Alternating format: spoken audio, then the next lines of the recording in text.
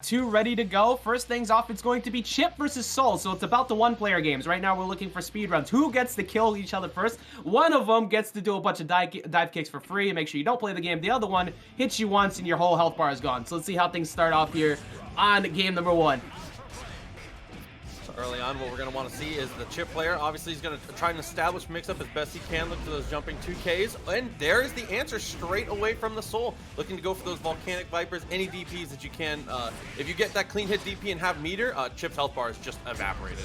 Yeah, exactly. But once you get Chipp forces you to that corner, you got to deal with all the mixes. We saw a couple on Alpha Blades, like you said, off the start. And very good blocks so far coming in from Murim. Not really trying to get crossed up. And he hasn't gone for a single command grab yet. That's what I think I'm going to be looking for. Actually, it looked like he might have been going for it there, but then he got DP'd. Yeah, 2 clean hit Volcanic Vipers in a row. RC spends the yellow RC, so it's going to take the turn back. Nice blocks, dude. The Alpha Blades have just not been a factor yet. Yeah, and right now too, you know, Burst already gone on Soul, but like I don't think it's worth the blow at this point. You're already so low with Chipp. You kind of let this rock at this point. You don't have, he doesn't have the meter for gold, but he does switch up the corners, and then he gets poked out by 2S. Yeah, that too. Shouts to Monday coming through also with the tier 1, man. One of my favorite Millia players in the Marvel, homie. I hope you do well today. But a lot of these stray hits have just been like, it's been mostly DPs trading damage back and forth. A great conversion there for Pete to take it to the corner, but Murim with the 5K, make straight out, and then the DP punish. I guess the wall break too. There's a lot of free tension coming your way. You could have Chipp with 2 bars, a lot of RC coming through. That's the last thing you want if you're staring down the other side. And Ford doing a very good job staying back. That time getting directly hit, using the DP, gets the side switch. This is looking really good for him so far in the second round. Murim can consider hero bursting here if another touch happens, or go for a gold burst. Has to be careful for the PRC. Still looking good though, and no punish had already committed to the jump back.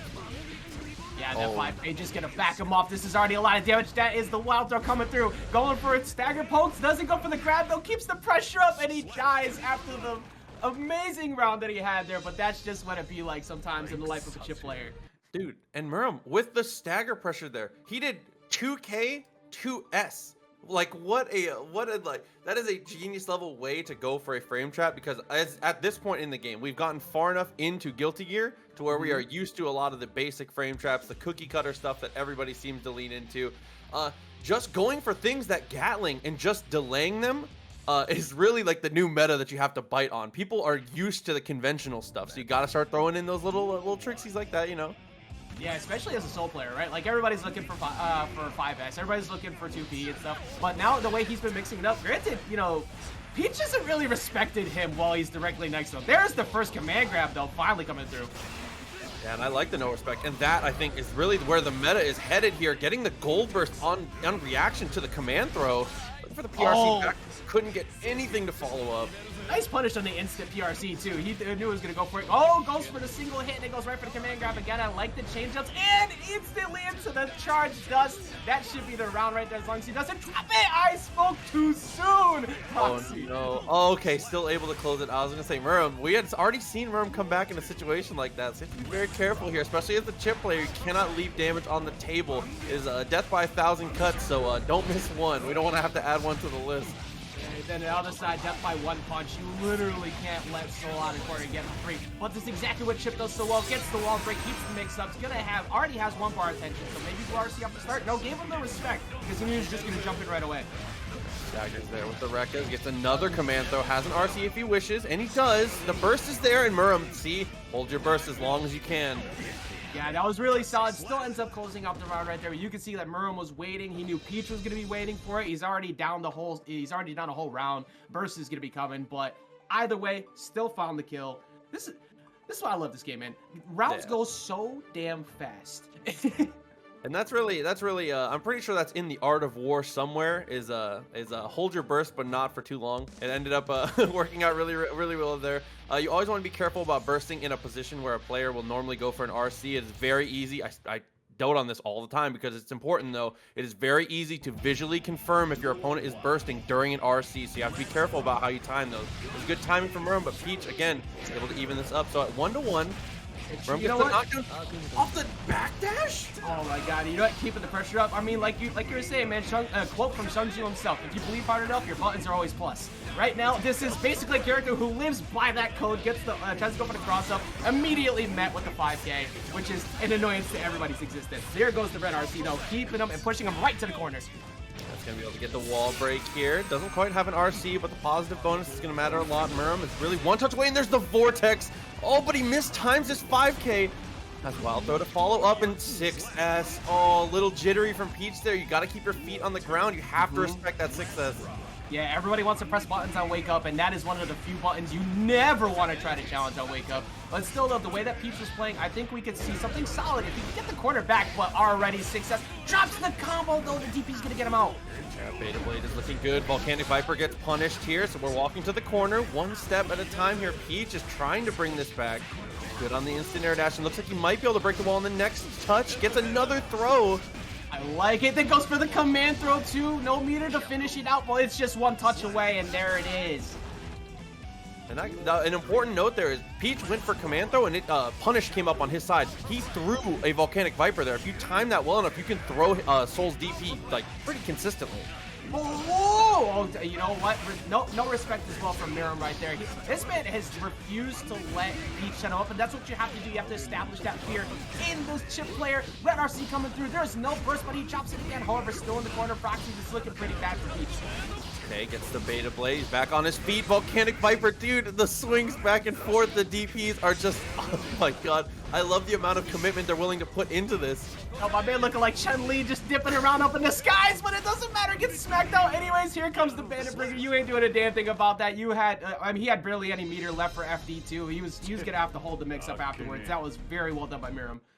Yeah, pretty much ran out of time at that point. I mean, Murim knows how to push his advantage, and that is very, very clear. Peach has been doing well in a lot of these situations. The one thing I want to see from Peach more is I want to see Peach, if you're going to take attack angles where aerial 2K is going to be your option, your follow-ups either need to be, you either need to be all in or all out. You need to commit and try and steal a turn with a Rekka afterwards, even if it's a bad situation, or you need to land and block, because Murim has very clearly been showing DP. We've got to adjust to that. Yeah, and I agree too, because like obviously the mix-ups out of Rekka and everything from Peach so far have been amazing in terms of being in the corner, getting the instant air dash follow-ups. Where are you going? Which side are you on? Nobody knew. See, but that is exactly what I'm talking about. He goes for the aerial 2K, immediately gets into the mix-up. That's a good block there on the PRC, but Peach has played this matchup absolutely textbook to what I was saying. As soon as you get these hits, you've got to commit. Uh-oh. I fear for Peach. I fear for Peach. Okay, here we go. There it is. Look, we've all seen it. We've seen it time and time again. One hit from Soul can end up ending so much of the life that is on Chipp, even with that sliver of health left, able to close it. Oh, the just block on the Vortex, making it punishable from that distance. So good here from Peach. Kind of blowing this advantage a little bit. Gets another command throw. Nickel and dime here, half the life already gone for Soul. Bandit Bringer not really checked afterwards. Peach is doing a great job of using the meter to keep pressure on. Yeah, I really like, and the amount of pressure they've established is working so well. For one, you're already this far down, you have burst left, you're gonna have to use it pretty soon, and you know Peach is gonna be looking for the bait on it. The way that he's been cooking him this round, but gets hit by 5S, doesn't get a follow-up afterwards though, decides to just go for 2 hits. I'm surprised that was what we got out of Murim there. Yeah, kind of holding on to it, especially with the amount of meter we have. Volcanic Viper and a PRC down. Doesn't really get a follow-up. Draws advantage here. Nice from Peach again, but Murim, 5K breaks out. Yeah, there's that change, getting pushed back, but it's right back to neutral. Here comes the PRC after the DP. This should be a closeout. Here's the wall break. That is going to be Peach getting it to a game number 5. And that was just, that conversion was just disgusting there. A lot of the times you don't expect Chipp to be able to get the damage, but knowing that once he gets to that height, being able to do the second Alpha Blade to get the better scaling on that last hit, just really like a well-crafted confirm there. If Peach breaks the wall without killing Soul and Soul stands up one more time with 50 meter, it's still like I'm doing finger quotes here, but an even game, like one touch for either player. So that's really good for him to, optimizations like that are the lifeblood. That is what takes you to the next level in this game. You have to squeeze out every single point of damage. So really nicely crafted there from Peach. And like you said, game 5, man. Yeah, I mean, they're saying in the chat right off the bat, this does feel like a top 8 match we're watching right now. We're starting things off hot. And I agree 100%. We're seeing a lot more people capitalize on instant RCs and making sure they capitalize off the PRCs when they can too, because you do not want to leave that damage on the table, especially if they cash for it. But Wild Throw, already putting it back in the corner, just big damage. Yeah, Peach gets away, gets another command throw. This is the offense. We have to get started. So look what we can. Gold bursts the command throw and then goes into Vortex. So he's going to try and steal the turn with Wild Throw. Oh, it does not work out. And Murim back on the defense here, already pushed to the corner. Oh, here we go, all the way going up. Get yourself back on the wall. I didn't say you could go anywhere. Sit your ass down real quick. One more touch to go. Positive bonus as Peach here. You want to, oh no, you don't want to overextend here. Just wait till you have an RC. Now you can kind of take your turn, be as aggressive as you need to be. Immediately reads the command throw and runs up with his own. This is one hit away, but he gets a DP on the attempt at the 6S, and he closes out that round. That was such a crucial round to get.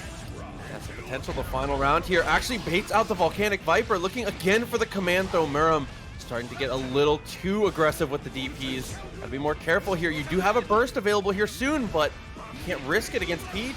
Oh, good delay after the 5. That's the go for the Bandit Revolver, but still ends up getting forced into the corner anyways. Peach is refusing to let it happen. No follow-ups or anything off of the Bandit Bringer, just kind of letting it happen. Proxy, I don't know, man. This is like, this is going down to the wire. It's looking so good. Dude, another Beta Blade gets the counter hit. There's the burst from Murim. So now no more resources on the table for Murim here. 5K is good. The follow-up though. Bandit Bringer pushes to the corner. Volcanic Viper, what a commitment. He might lose the round off of this. Yeah, trying to lead buttons out of the corner with the Volcanic Viper, but now he's, oh, jumps away from the attempt at the command grab, but gets hit anyways, and Peach finds the last bit he needs to close that out. Murim had a couple situations, so I feel like he was just kind of swinging a little bit too hard with those Volcanic Vipers. Things handled here by Spaghetti. If we got, you know, I don't know if this may be maybe a new player Spaghetti or maybe on a Smurf account, but we're seeing a pretty big level difference here, but usually that doesn't matter as soon as the bracket gets started. How are you feeling like early on about what you want to see out of Spaghetti to try and take this W? Round start, we need to establish space. You have to keep yourself more than, you need to keep yourself at a range where you are, everything that she does is reactable. But once it gets to super close range, if she is not getting up from off of her back, you are at a huge disadvantage here. The name of the game is large normals. I want to see him back that round start. And there it is. See, at the round start, she has the advantage. When she's close enough to put those plus frames buttons on you, that is where we need to be afraid. Spaghetti so far is navigating it well once he got the space, though. Yeah, exactly. Trying to come in with the hair fist, but now you got to respect this. I mean, we already know exactly what's going to come in here. Smuggles will be going for a whole lot of lows, trying to establish a free jump, taking up 6 speed every single time. And you just have to make sure that you don't overdo it, because if you get caught by command grab on wake up, that pop plus is going to put a lot of damage on you. Spaghetti has shown another thing that I really like, though. He did wake up close slash. If you're going to go for a reversal like that, if you're going to swing a normal, dude, just getting mauled, by the way. That is why this matchup is so difficult. She gets you to the corner and she climbs the tree. Like, Potemkin doesn't have a lot he can really do once he's stuck in those situations. He has to be winning all the time.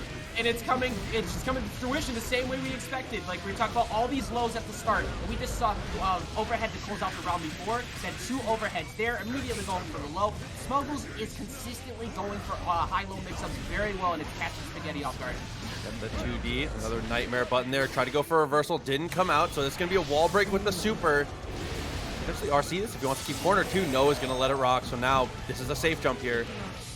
Yeah, jumping in and not respecting it, deciding to go immediately. I mean, granted, that's still so scary to have to deal with. You have to block. You have to go for the high, guess on the low. Like, safe jump mix up off of that is so difficult for Potemkin because he doesn't have that DP that everybody, like, really has to get out of that situation. Yeah, I mean, really, your best answer there is to wake up with the Aegis, go for the super. The super can be a very strong tool here. If Spaghetti has 50 meter and finds himself in a situation where he's blocking these multi-hitting normals from Giovanna, I want to see YRC. If you see her commit to crouching S or standing S, she is committed into it. It is a guaranteed point to get a YRC off. You have to get some space. Oh, that is a great start off the rip, though. What a great way to start. Sometimes you just gotta snatch someone up real quick. Unfortunately, though, you got hit by counter hit. That's a full wall carry. Now you gotta respect her again. But as soon as the Garuda impact whip, that dash is gonna cover that every single time. Yeah. Oh, and the burst a little too high. Still okay though. Spaghetti needs to be careful about using Garuda in neutral. It's not a great neutral tool. It's more for knockdown here. Giovanna is mobile enough to where she can react to it and punish it even from full screen. Exactly. Oh, gets called out on the jump too, and air-to-air reads as well are such a problem because Potemkin doesn't have the best mobile options. You have to jump in, and when you keep getting hit like that, oh my god, baits on the counter hit too. Proxys is looking a bit rough for your boy. Yeah, try to go for the backdash. Swinging normals a little too hastily here. I want to see Spaghetti slow down. You cannot take Giovanna's pace. She will outpace you at every step of the round. So if you are getting pressured like this, you have to find a way to slow it down. But oh my god, just hasn't been able to get it. Bro, instantly off of OTG too. Didn't waste a single second. As soon as the poke went in, right back to the mix. Smuggles is quite literally trying to sell us Cole's blenders right now. That's all I'm seeing. Smuggles is cruising through this matchup. I mean, yeah, there's really nothing to critique on Smuggles' part. Smuggles is playing the matchup to a T. If you go for flip kick and you do not get jabbed out by the Potemkin, you should be doing it every single time you can. If they do not, if it ain't broke, don't fix it, right? I hate to use the most overused terminology ever, but if he's not going to stop you, steal those turns. Smuggles is doing an amazing job. I live and die by that phrase, especially in fighting games. If it ain't broke, don't fix it. If somebody does not, if somebody's not forcing you to respect them, don't give them the respect. If you're never using that 6P to block out that overhead, keep punishing them. And then these brute impacts in center stage over and over again. It just lets Smuggles get right in. Yeah, Spaghetti's got to be more careful here. Again, I want to see, there's Aegis is good just to be able to get some space here, but now be less committal with your normals here. 6H is not the one. And down dust right there. It's going to catch you off guard almost all the time, especially because of the fact that we haven't seen Smuggles really do that prior to that. There's the flip kick, though, and that is already around on the board here. It's looking like a clean 30. See, we still have some time here. Spaghetti's got to be careful. I'd love the backdash at round start, but no, 6H is not it.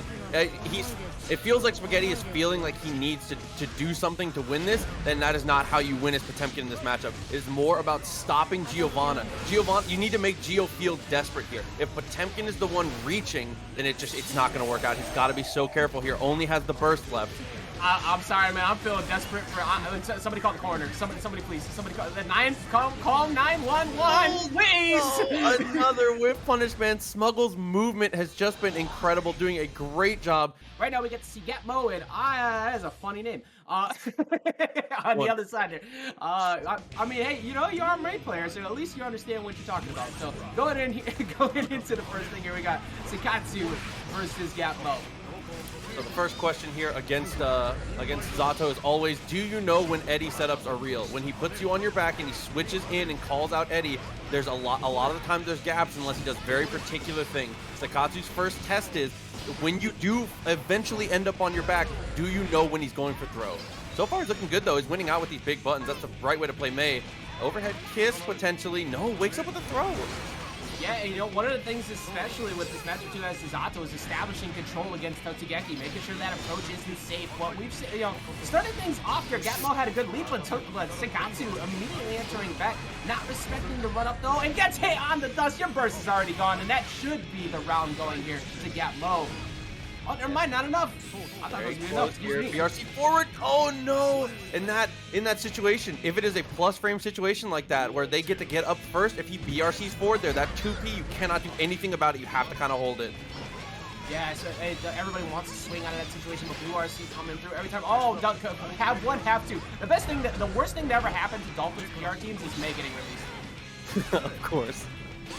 Close slash there, tries to go for the dash up. Good 2P there from Mo. Runs it to the corner here. Seikatsu's got to cash out. It's not quite going to be able to kill, but that is a hefty life lead. Massive amount of damage off of one mistake. Trying to call out the jump already. Good job holding back on block, but it doesn't matter because even with all that meter, you're going to have to respect that. There's going to be so much FP loss. Maybe a gold burst, but Seikatsu never let it happen. Those are good situations for Mo. Blocking up Dolphin is usually best to do it in the air if possible, stopping her from being able to use that late action. That's good. And Mo already showing a really good discipline of when to unsummon Eddie. I'm liking it so far from this from the full screen play. I like it too, because you also get some data on how often Seikatsu wants to approach if he's not respecting Eddie at all. But you gotta respect the volleyball, you gotta respect all of this. You're trying to jump out of the corner, but instead gets Eddie set back up. Actually walks himself out with Eddie too, so instead of taking the potential jump call out. Uh-oh, that's Red RC, that's big damage. That should be a wall break coming in here. Oh, never mind, he falls on the floor. Oh, there's gonna be the burst. So Seikatsu still holding on to his own burst here. Is just looking to poke if he can. 2K actually gets punished, and now it's party time. And he blocks the burst. Mo is so smart with the timing.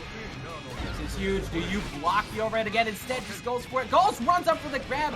Empty jumps in front of him. Tries to go for the low mix-up. There's the dust. Keep that block pressure up. Catches him on the low. This is so crazy. Next to no damage, and that just throws him. He mistimes his mix-up there, and the defense from Seikatsu was incredible. Mo tried to hit him with the sacred technique, the Zato tri-jump. That unfly is so strong, but the empty low was dealt with, and that is the benefit of playing good defense and making good defensive choices. You see one gap, Seikatsu knows, 2-frame throw, why wouldn't you push it? Really smart stuff there to play on defense. And playing defense against Zato is arguably one of the hardest characters to deal with once the snowball is rolling.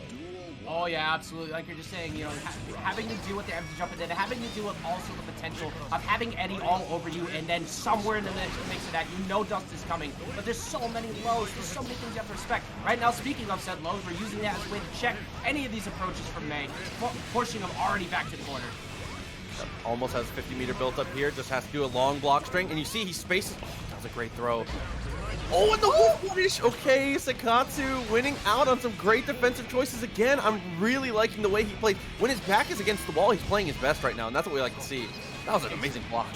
Exactly, yeah, so good blocks coming in from both sides right there, but Seikatsu really winning out on the corner, and then getting the counter hit, running up afterwards, not even cashing out heavy on the counter, decided to just go in. I mean, there was no meter on deck anyways, but now you gotta be forced in the corner. Can Gapmo actually find the gap in Seikatsu's defense? Unfortunately, he still can't. Okay, up dolphin connected again, still has burst available, just using a safe to stay away from oppose, was able to stop the drills. Seikatsu's good on the back dashes here. I love the spacing, but the burst, definitely an execution error. Seikatsu just hanging out though. I like that he's not overextending. No reason to go for pressure. You have the life lead, 30 seconds left. Yeah, just go for that whiff punish. Absolutely agree with that. There's no reason whatsoever, especially with somebody who has a puppet-based character in front of you, to approach, because you're just going to run right into an issue. Let them come to you. You've been winning on defense, getting these throws. That time gets thrown himself, goes for the mix-up once again, jumps right out, but gets pushed back in, Roxy. Still looking good. Try to go for the 2H preemptive anti-airs. I think that usually is a very good idea. Got to be careful about the unsummons here, though. Mo has shown you he's got those, and this is just about the rest of your life here. It's going to be a huge advantage to start. Massive advantage here, already getting to summon up. He forced the FD and then throws again. Man, look, Seikatsu has literally no fear. Might as well use the throw while you can. If he's gonna keep letting you do it, don't get away with it. I'm waiting to see when Mo actually baits that out.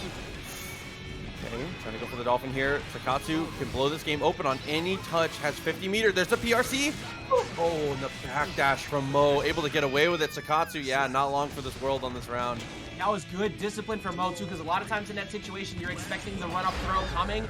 No whiff throw punish that came available for Seikatsu there. So we end up here in a round 3, already on game number 2. This is pretty crucial because of the way that Gapmo is playing, he's starting to make the adjustments. He needs to even the set back up.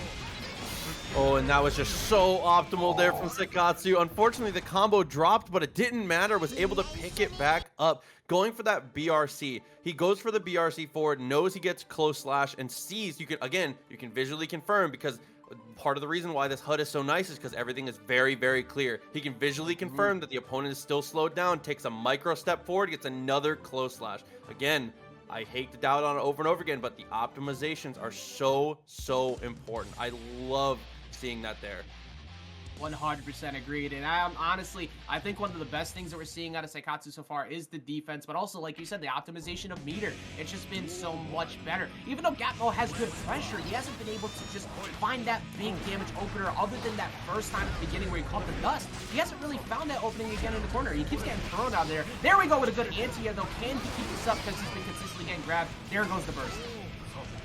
Seikatsu is able to get away, goes for the up dolphin. He's trying to preemptively stop these fly-ins, pushes to the corner, and a gold burst from Mo is very smart. Gonna be able to get the meter, have some meter to work with here. Looks for the drunkard afterwards, but Seikatsu up dolphins out of pressure again and is able to confirm. Instant RC, massive damage, going straight back in, but oh, never mind, doesn't get anything else off of that. Already going for another PRC. What can you do about this? Covers the Totsugeki on its way in, but do you keep him in the corner. Seikatsu's constantly jumping out. There we go. This should be a wall break, and this could possibly be the round. There we go for Gapmo. Yeah, 6H, so much extra damage there. The best normal for sure that you can do. We'll have to see if Seikatsu goes for the up dolphin. Yo, honestly, the only adjustment we've seen from Mo is his pressure structure is the same. He's just 6P'ing more, and it is working to great effect. Smart move. If somebody's jumping in on you, use your invincible button. Smack him off the sky. There's no reason not to. Oh my goodness. Well, you know what? We all get hit by those. It happens. And now you got to deal with another one. Go straight for Blue RC, but you know what stops that? Totsugeki off the rip. He's already built up the 50 meter here, so does have an RC of his own. He's able to block the charge dust. Now just trying to suffocate him with this pressure. Seikatsu has a burst available. He's going to hero it. Wants to stay in this round. 100% agree with that where he had it, but he cannot take another mix at this point. He needs to keep the pressure on, but he gets poked out. Red RC coming through. It's not enough because of the starter. Oh, but still, even going for that damage route that Mo went for. Mo goes for that combo. He does 3 2Ps, RCs forward, and he uses Drunkard. Drunkard puts him far away, and the knockdown takes a long time. It was the perfect amount of time for him to get Eddie back. When you get that confirmed, you know that you don't have the damage to be able to kill. So optimizing to just have positioning there, ending with Drunkard is so smart. Absolutely. Like you said, one of the things you were complimenting Gapmo on a lot was his ability to constantly recall Eddie in the right spots, and using that also all in pressure swings too, or off of combos, and make sure you have that afterwards is so crucial. We're seeing, like, Gapmo has definitely been improving as the set has gone along. Ooh, 6B just to be able to avoid here. Gets the knockdown. Here comes the pressure. 5B hits. It gets the burst as well. Oh, a nightmare situation here for Seikatsu. Yeah, even after the drop, still kept it going, already getting forced into the situation. Now, started things up. You know what? Take that trade. Take that trade every time. There's no reason not to. There's so much health already gone. There's going to be the YRC. Does get the throw afterwards. Into the corner. 2H counter hit. Oh, but he went for heavy dolphin, not slash. And he tries to go for a mix-up once again, now being forced into the corner once again. He got only a little bit of health, a little bit of tension available for the FD, so he decided to jump out. He knew he couldn't take any more chip. Still got called out by Gapmo after the jump. Back, okay, so he's gonna get the starter here. Invite Hell actually combos into the Eddie. 50% of your life is gone. Gapmo has the advantage, a positive bonus, and already has an RC available. Seikatsu kind of running out of options here in this game. There you go again, that 6B you're just talking about it. Every time Seikatsu tries to run in, just get clapped for it. There's the super. That was a completely dominant round here in game number 4. Absolutely incredible adjustments to Gapmo, and now it is on Seikatsu to figure it out, because, man, I don't think I've seen a safe jump in for the past, like, 4 interactions. Other than when he was in the corner, still got caught on the landing.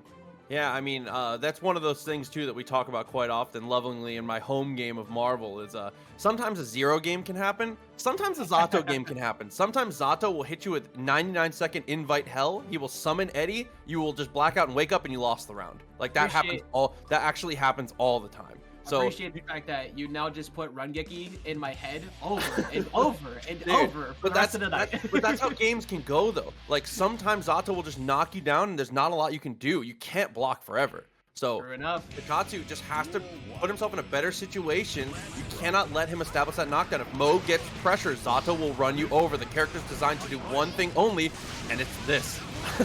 Absolutely, Eddie and Zato just tension eaters, man.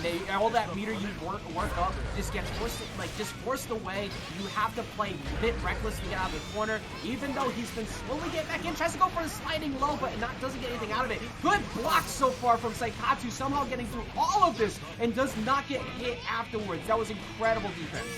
Okay, close slash into BRC. How much damage it is going to be able to kill? I lied. Seikatsu proved me wrong. You can block forever. That was incredible defense there. That whole round was won by that defense in center stage. Literally, if he doesn't get that round goes to Gapmo. There was so much for Gapmo in that spot. Okay, up dolphin connects, gets the 5K on the way down. Potentially the final round here for Gapmo if he can't get something rolling. Here comes the summon and the drills. We have to secure a hit here.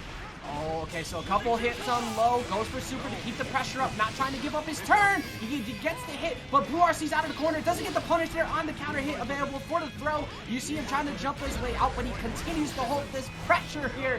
What do you even do at this point? 6P and Invite Hell has just been getting infinite mileage. Seikatsu still on match point here, but has to secure a hit. A pose is a little too good. and Seikatsu gets red in the final clutch situation. Up Dolphin is stopped by opposed Gatmo, making his mark the final round here in Game 5. We're seeing another top 8 level match right now between these two. The constant adjustments. We're already on game number 5 here in another pool set. Getting 6 feet out of there. Sit your ass back down. What are you going to do? FD's already blown a bunch of the meter. Now he's going to take another mix. Proxy is getting blown up. Dude, oh, and the super is going to make it even worse. It replenishes his Eddie gauge. He's going to have plus frames here. Goes straight into the summon and the frog for the read. Oh my god, and now you gotta be careful. Stagger to throw, but he gets the PRC. There's so little health available. He has burst still on deck. You have to get something. Here's a throw. Already start things off. Gatsu's in it, gets a 2D, had to burst. Gatmo. There is one bar of tension on both sides, man. There is red RC. Oh, both of them blow it. So now you have to. Now there's no big red RC combos, but there's also no yellow RC to stop this pressure from May. Okay, so now if Eddie gets summoned again, I think Seikatsu might be cooked. You have to keep the pressure. You cannot let him get established, and that is going to be enough. Seikatsu with a great decision. That is one of those ones where you don't want to overextend. You have to be careful about how you do it. So it is going to be HyperHICO versus Sunlight. This is a matchup we touched on a little bit before the stream. This is a matchup that Potemkin does a lot better in than you would think. No, Nago's not very good at breaking armor. So while he does have a lot of advantages and gets knockdowns like this, it can kind of run you over. In neutral, Potemkin has a lot of great options to stop Nago. Yeah, I mean, early on, this matchup definitely looked extremely difficult for Pop. And gold burst already, so you already know Nago's not trying to give up his turn. Speaking of said turn, it is still it right here. This should be a wall break into instant death. Nago does not believe in letting you have fun throughout the game, but that's just the way it be sometimes. Yeah, HyperHICO had some opportunities, but couldn't quite get anything done. You have to be careful at 99 seconds. Mega Fist is a great way to start. Absolutely. I mean, we did see, I believe it was Jammin last week, who did an excellent job of shutting down the Nagos, using consistent pressure with the root impact. You keep them stuck in the corner, or you just immediately RC down and get that pop buster. Now you gotta hold another mix. Here is the Garuda. Here is another one. Have another. Go ahead, jump. Do something stupid. Okay, try to go for the hammer stop, which is a great option in that situation. HyperHICO has his burst available. Be careful about how you use it though. 2-8 starter. He goes for the gold burst. So smart. It's such a good move, especially against someone like Pop who wants to jump at all times. Going for Beyblade, you gotta respect that always. Now he keeps the pressure up. Blood meter is pretty deep here, so you know he's gonna be giving you a lot more respect. And he can't let it rock right now, because if he gets hit off the blood meter, he's forced to FD. That should be the round. Yeah, absolutely. I mean, he did a good job of holding the FD there, but once you're in that situation, I think you kind of just either have to buffer super jump backwards or you're just cooked. Good on HyperHICO to just down back. No reason to extend there. Yeah, this matchup's comedy if you ever see the Nago end up going into Blood Rage, because one hammer fall into RC could be death just off of how long that the aerial command grab lasts. But already a wall break to start, and now with the tension on his side, we don't even get to see him play that much longer, because that was another perfect, 2 perfects by Sunlight here over HyperHICO. And that is really the tough part about this matchup is while the armor is great for dealing with a lot of things that Nagoriyuki can do, 2S is really the moneymaker here. Sunlight is doing a great job of holding positions where 2S can be reaction canceled if he sees armor. If you are less than a character length away from that distance, Potemkin will blow you out for going for the 2S. But if you can keep that like nice square 2 character length away from Potemkin, 2S will give you infinite mileage as long as you're able to just maintain spacing and react accordingly. Yeah, you need your baits as well too, because you can't be jumping too much. 2H is gonna put you back on the ground every time. 6P also being faster than out. Don't know who decided which intern thought that was a good idea. But now already getting baits out. Everything Nago does is a bait burst save combo. It is just so frustrating. But luckily for him, he didn't take too much more off of it. Okay, here comes the pressure here. Gonna go for the 2D off the counter hit. Yes, and I love that with the RC. Spending the RC late to make sure he can get there. It's so good. It's such a hard mix to deal with, but gets the counter hit. Going straight for the 2H to send him into the corner instead of going for a standard mix. But that was so smart. That was so smart. Instead of getting bounced away or stunned by the blood burst, use yellow RC to get out of it, and then getting the round. And from that distance, oh no, you're just gonna start Potemkin bustering Beyblades? And he blocks the gold burst. Okay, HyperHICO kind of coming alive here, man. I'm so surprised he got by that 2H right there. Using the ground slap, trying to just make him respect him on his approach. Comes in with the hammer fall, gets the armor. That's an RC. This should be a wall break right here coming through. It decides, actually decides not to go for it. He wants to continue to keep him in the corner. I respect that. 1, 2, 3, 4. I declare you have more, my man. Get cooked. Oh man, and that was just perfect. From HyperHICO, that is absolutely perfect. You always try to end your combos with 6k and intentionally not break the wall. Because optimal combos with Potemkin are generally so short, you can keep the wall health really, really high in situations like that. Intentionally landing down, getting that knockdown, going for 6k, resetting your pressure. Dude, that was just about as perfect as it gets from HyperHICO. That is like pushing your advantage as Potemkin 101. Yeah, especially in a matchup like this too, where you don't want to reset Nooch and have to do a Beyblade, even though you're getting positive tension, it's not going to matter if you get hit. So when you get to keep him stuck there, you're already going to have plenty of pressure. You're going to get it off of off the block stuns anyways. Big cross up, one for the 5D, very greedy block string there from HyperHICO. Oh my goodness. Dude, the Fukio shimmy there from Sunlight though. Starting to wake up and the burst bait. Oh, but he doesn't get the follow-up 5S, but he gets the wall break regardless, and now he's still got burst on deck. He's going to get a lot of meter off the tension. Barely any blood used, but this is pretty solid damage. Tries to go for the jump, baits out the burst, does not get the car cancel pop buster though. Oh my goodness. Dude, the Fukio shuffle again. Sunlight starting to speed up a little bit here. Fans out on the court just breaking ankles and punch. He's got to hold that already off. Go for OTG. Going for a few of them right now. And honestly, he's so confident in his ability to consistently keep a wall pressure up and keep this block pressure up too. He's getting his blood back. So even though he's going for all these teleports, it doesn't matter. Here's that wall break. Here's the problem now. Fukio forward close slash is on the menu. What does HyperHICO have to deal with it afterwards? He has to block the first hit. Oh, no, he doesn't. He'll just wake up Pop Buster. No meter, unfortunately, really to convert. Actually, he does. Goes for another one. He has meter on deck. Does he go for a third? No, he decides to wait and see if he presses the button. Gets the red RC off of the anti-air with the hammer fall. What's the option you got? You got a little bit of FD available for that. Does not matter, though. What an amazing comeback from HyperHICO there in that round. Dude, HyperHICO just controlling everything beautifully. Really, it just comes down to, oh no. Oh, but it's dropped. Okay, Sunlight, after a huge advantage, is starting to bait out these pop busters here. HyperHICO knows he's going for these big reads, and they've been working, but you cannot get overzealous with them here.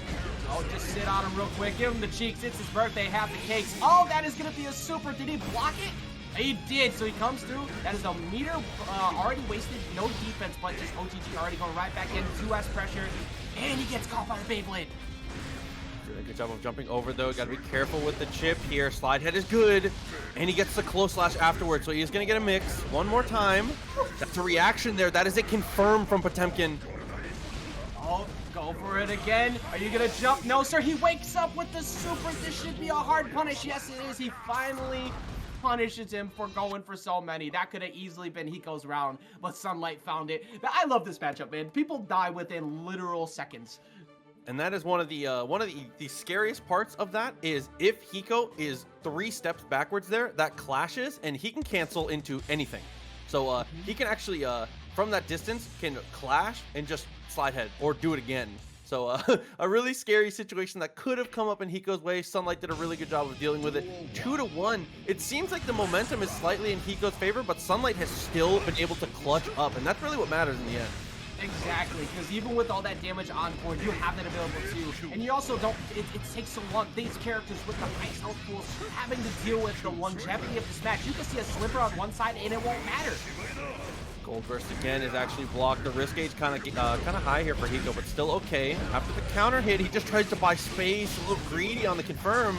Oh, I like the change up there. Every time he's going for 2H, he decided to run up for 5S and instead goes for, tries to go for bar slash. But that time, he goes for the mix-up, keeps the pressure up, goes for the kick, tries to bait out an option, and he keeps him stuck in the corner. However, Blood Rage is now popped. He doesn't get a punish though. Still okay. Half his life is going to be gone here. Oh, but the DP to follow up. Sunlight spacing himself well. Good to recognize that he was going to pop there. Oh, and then going for mixing it up with the hammer first. Every time he's pretty much been hit on counter hit at the start, not respecting that move. But you're gonna see Nago boxing him his way out. I like the poke back, not really doing too much, just trying to keep him stuck in the corner. Okay, looking good. There's the counter hit. No burst available. How much damage can we squeeze out here? Yep, 6K reset. Perfect timing, and that is a combo. 2-hit combo, by the way. He needs it. Oh my god. Hey, look, man. Look, man. No. Immediately going for that. You know, you gotta respect that every time. And that's just the way it plays, man. Like you said, 2-hit combo, being able to confirm to the pop buster there after not respecting the Garuda impact, it's such a good way to make sure, even though you get impressions like this, you know you'll always have a comeback option. Yeah, and the risk gauge is getting very high, but HICO's still looking pretty decent here. We'll take those trades all day with the slide head if it means a knockdown. Yeah, like you said, no doubt. Oh my goodness, that risk gauge so high. But that is the third 2H that has been met by the slide knockdown. And that is going to be Blood Rage is going to back him up. You got to respect this. You know what? He's not respecting a damn thing. He has challenged that every time, got through armor, and now decides to switch.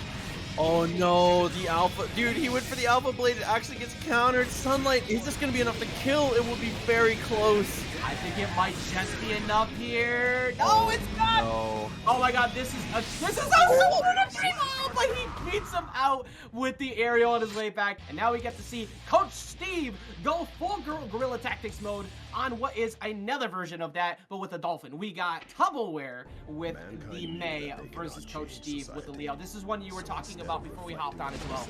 Yeah, this is the Marvel player matchup here. We have Coach Steve, the old homie, been playing for so long, versus Tuboware, the shouts to Ultra Chen TV, the third host. So this is two amazing content creators who you should definitely check out if you have the time. Coming together here for some Strive. This is a very volatile matchup here. I'd say that probably Leo does have the advantage. This is one of May's harder matchups, I would say. And Coach Steve showing why early. Not a lot of defensive options to deal with those run-throughs. Big facts, everybody. Beat your chest. You already know what time it is. It is time to run back and forth. No punish on the DP. It's so difficult to try and challenge that to begin with. Well, already Coach Steve just going for the mix over and over again. Character getting a bunch of changes, but keeping the pressure up is one thing that he will never lose. Okay. Oh, nice. I love the 5P. Okay, and gets the knockdown. Nice little safe jump, and there's the burst from Coach. Tuboware played that offense very, very well. I decided to try and jump back, get Spit RC, trying to go for the overhead, respecting it, keeping the pressure up. I like the way that Coach is constantly mixing it. 6P going for another. Is he going to go for lows? Oh. Yes, he is. Goes for one side low, breaks his ankles, goes to the other side. Dude, everybody got hit. The buff coming through, Coach using that to great effect. That is the change that you saw there from Leo, and it was all that he really needed to get kind of pushed over the edge. But Tuboware still is playing footsies really well, is doing a good job of punishing the guard stance. I like what Tuboware did, respecting it, not trying to get hit by down dash. Still got poked by it, but command throw. That is big damage, keeping the pressure up. You see, oh, that's a good answer. Oh no, he didn't ready with the counter. That's meter wasted, and that is the burst already being called out. Coach Steve is just running away with this round. Yeah, Coach's reaction time. You cannot test the god here, dude. He is just so strong when it comes to those situations. Leo, if he commits to a small button like that, a lot of the time can just reversal into that counter. So you have to be careful about how you go for reversals. When he is back turned, sometimes it's better to let the first thing hit you and then reversal after that. So if he's gonna go 2K, if you eat a 2K and he goes for a reset, the dolphin coming out there sometimes is a better option. It's all about mixing up. Even if you're going for reversals, you still have the onus of mixing up your own stuff, right? Absolutely. And I think one of the big things from Tuboware there is that I think he gave. You have to give Leo respect because you always have to respect the cross up and stuff. But I think he gave him a bit too much respect, if you know what I mean. Like he was kind of he was playing around center stage a lot. He didn't really have really good just disjointed poke options that kept Coach from trying to approach. And every time he saw the projectile, he kind of jumped away in the same way that you would expect. But this early corner pressure is big damage. He's gonna have plus tension meter already, and that's exactly what you need to start it off. Yeah, Tuboware has to land those overhead kisses. So there's the burst here from Coach Steve, using it early. Something we see a lot from Leo players, which is super smart. And there's another great punish. Tuboware, I think, was expecting 2K 2D DP, which is a very common Leo tactic. Oh, speaking of DP, there comes one. He goes for the cross up, doesn't get anything afterwards. But this time, he gets punished again. He keeps going for these supers. This time, he's actually gonna hit the mark throw. Man, he's confident, and then just runs up on him. Have a boot straight to the face, bro. Tuboware twice in a row, and you know he's popping off on the stream too. That's one of those things that you gotta go for. You gotta let him know you're willing to go for it, but the guard stance. So that guard point, able to stop the low. Coach Steve throws tech, good defense in Tuboware, but we've got to make something happen here. The onus is on Tuboware to be offensive. Yeah, exactly. You can see Coach Steve just trying to control the airspace, trying to make sure he wins on any air-to-airs. Keeps trying to keep Tuboware grounded. That's exactly where Leo wants you. Gets the low, but he raids the cross up. He grabs him out, and then he tries to go for the punish, but excellent immediate usage of Red RC to stop any punishment. This is big wall damage. That's a wall break. Okay, Tuboware still does have the lead here. Has a meter. Oh, but no, it looks like we might even up the rounds if Coach Steve keeps it up. Just being patient, letting that positive bonus do its thing. Oh, good job from Tuboware getting in. There's no burst available, so he keeps the pressure on. After a couple attempts at projectile, we were talking about it before. There's no reason no coach got a lead like that. Oh, and he goes for the hero burst. I respect that from Tuboware, but it just does not work out. He should still get a burst in this round, though. I like the usage overall. Yeah, he's just got to make sure he keeps his defense up, keeps his pressure going. He's been doing a solid job here in the corner, but DP gets him out. Coach Steve, of course, he's just going to run right in. Immediate with the charge, not trying to get pushed back. Okay, looks for the throw, gets counter hit. No conversion there for Coach. He's just going to look for the cross up instead. Pushing backwards. Another counter hit. Coach Steve going to be able to break the wall with the super. Tuboware is in trouble here. He does have plenty of meter. Potentially BRC backwards if he can. I think so. Oh, not even giving him the chance. Just immediately crossing up. That's a super. Does he have the ability to block it? He goes for PRC. Yes, he does. But he gets hit anyways. So good on Tuboware to recognize that situation, but Coach Steve immediately reacting, much like we're going to react to the fact that we see Shrind giving a gift sub to HyperHICO. Shoutouts to you for showing some support to TNS. Thank you so much, and giving someone like the incredible HyperHICO, who is someone we saw a minute ago, put in that workout pot. Get him a sub for this channel. Of course, man. Shout out to the homie Signer. I love you, buddy. And Ronan Healy, Mr. Zonin Freely coming through as well. 15 months. 16 months is the longest you can be subbed to this channel, by the way. So you know he's here for the long haul. Appreciate you, buddy. We got an OG. We got somebody who's been around from the beginning. We appreciate you so much for that. Thank you for continuing to be you. As we get into this next game here, we already see Coach is up 2 games. I think Tubbo had a lot of good investments, but what do you want to see out of Tubbo to try and get around? A lot of it is just it's just little micro adjustments here. Coach Steve is just making great guesses on offense, and Tubbo, it's another one of those situations. The run under. He's trying to be a little more brave here, which I do like. We just have to be careful about how we pick our spots. Coach Steve does a great job of pushing the right buttons in neutral. Standing footsies is not where you want to be with the coach. Exactly, and we're seeing a lot, like at this point too, like not only are you getting big damage off the counter hit, but Coach Steve is pretty much willing to trade. Oh, going in, go for Red RC, keep that pressure up. Does get the counter hit, but misses the follow-up, does get the burst, but also doesn't convert. He needs to capitalize on that, and I don't know if he's going to. The overhead is going to get the kill, but potentially no. It still has to go for knockdown. Tuboware, he got 2D and did nothing. Deciding, I think he was a little bit scared of the situation. PRC, does he get a punish on the down dust? Yes, he does, but he gets air-to-air traded. That is going to work in favor of Coach Steve. And now we're seeing 1 round left. There is burst. We could see a gold burst come through to get that meter, but I think at this point, with how deep you are, especially with Coach's mix-ups, you got to hold it to the mix. And there, yeah, once it gets the counter hit, had to use it. Take some space running up afterwards, and another counter hit with a nice confirm, but a lot of it is just that Coach's hits are resulting in more feedback. That's a good backdash though on the Batista bomb.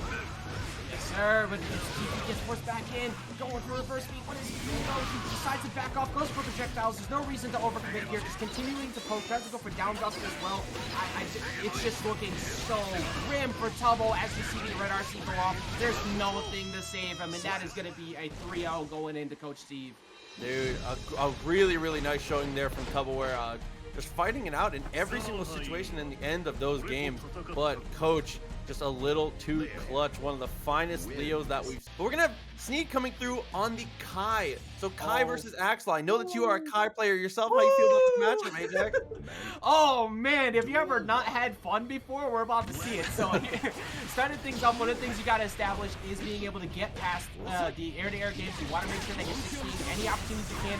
Keep the Oki pressure in the corner like so. Keep those plus frames and make sure you're catching up properly on the stun state. But once you get converted like this and you give Axel that room, you have to respect the command grab and all the unblockable situations. It's so annoying to fight these distance. You can't projectile at all.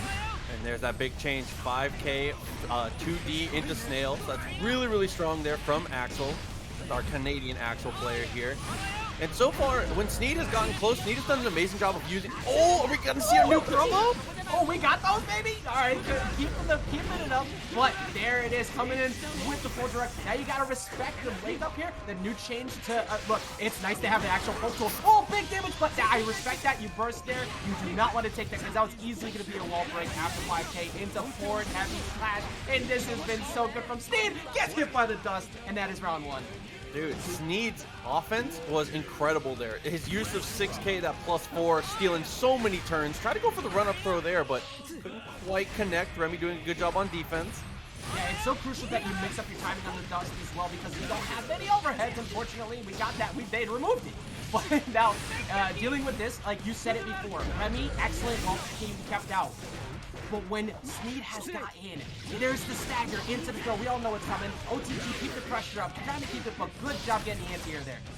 Yeah, Remi has been very consistent on stopping Sneed when it comes to those situations. PRC down to try to confirm, but he could not. Oh, and Stun Dipper from max distance. Actually, does he kill him off of this? Right, that's going to be a wall break. That should be just enough. Yes, sir. Ride the lightning, baby. And that is going to be round 1 coming through for Sneed. I love that route he did at the end there as well, maximizing the situation, making sure he doesn't drop it, and not dropping the ride the lightning as well.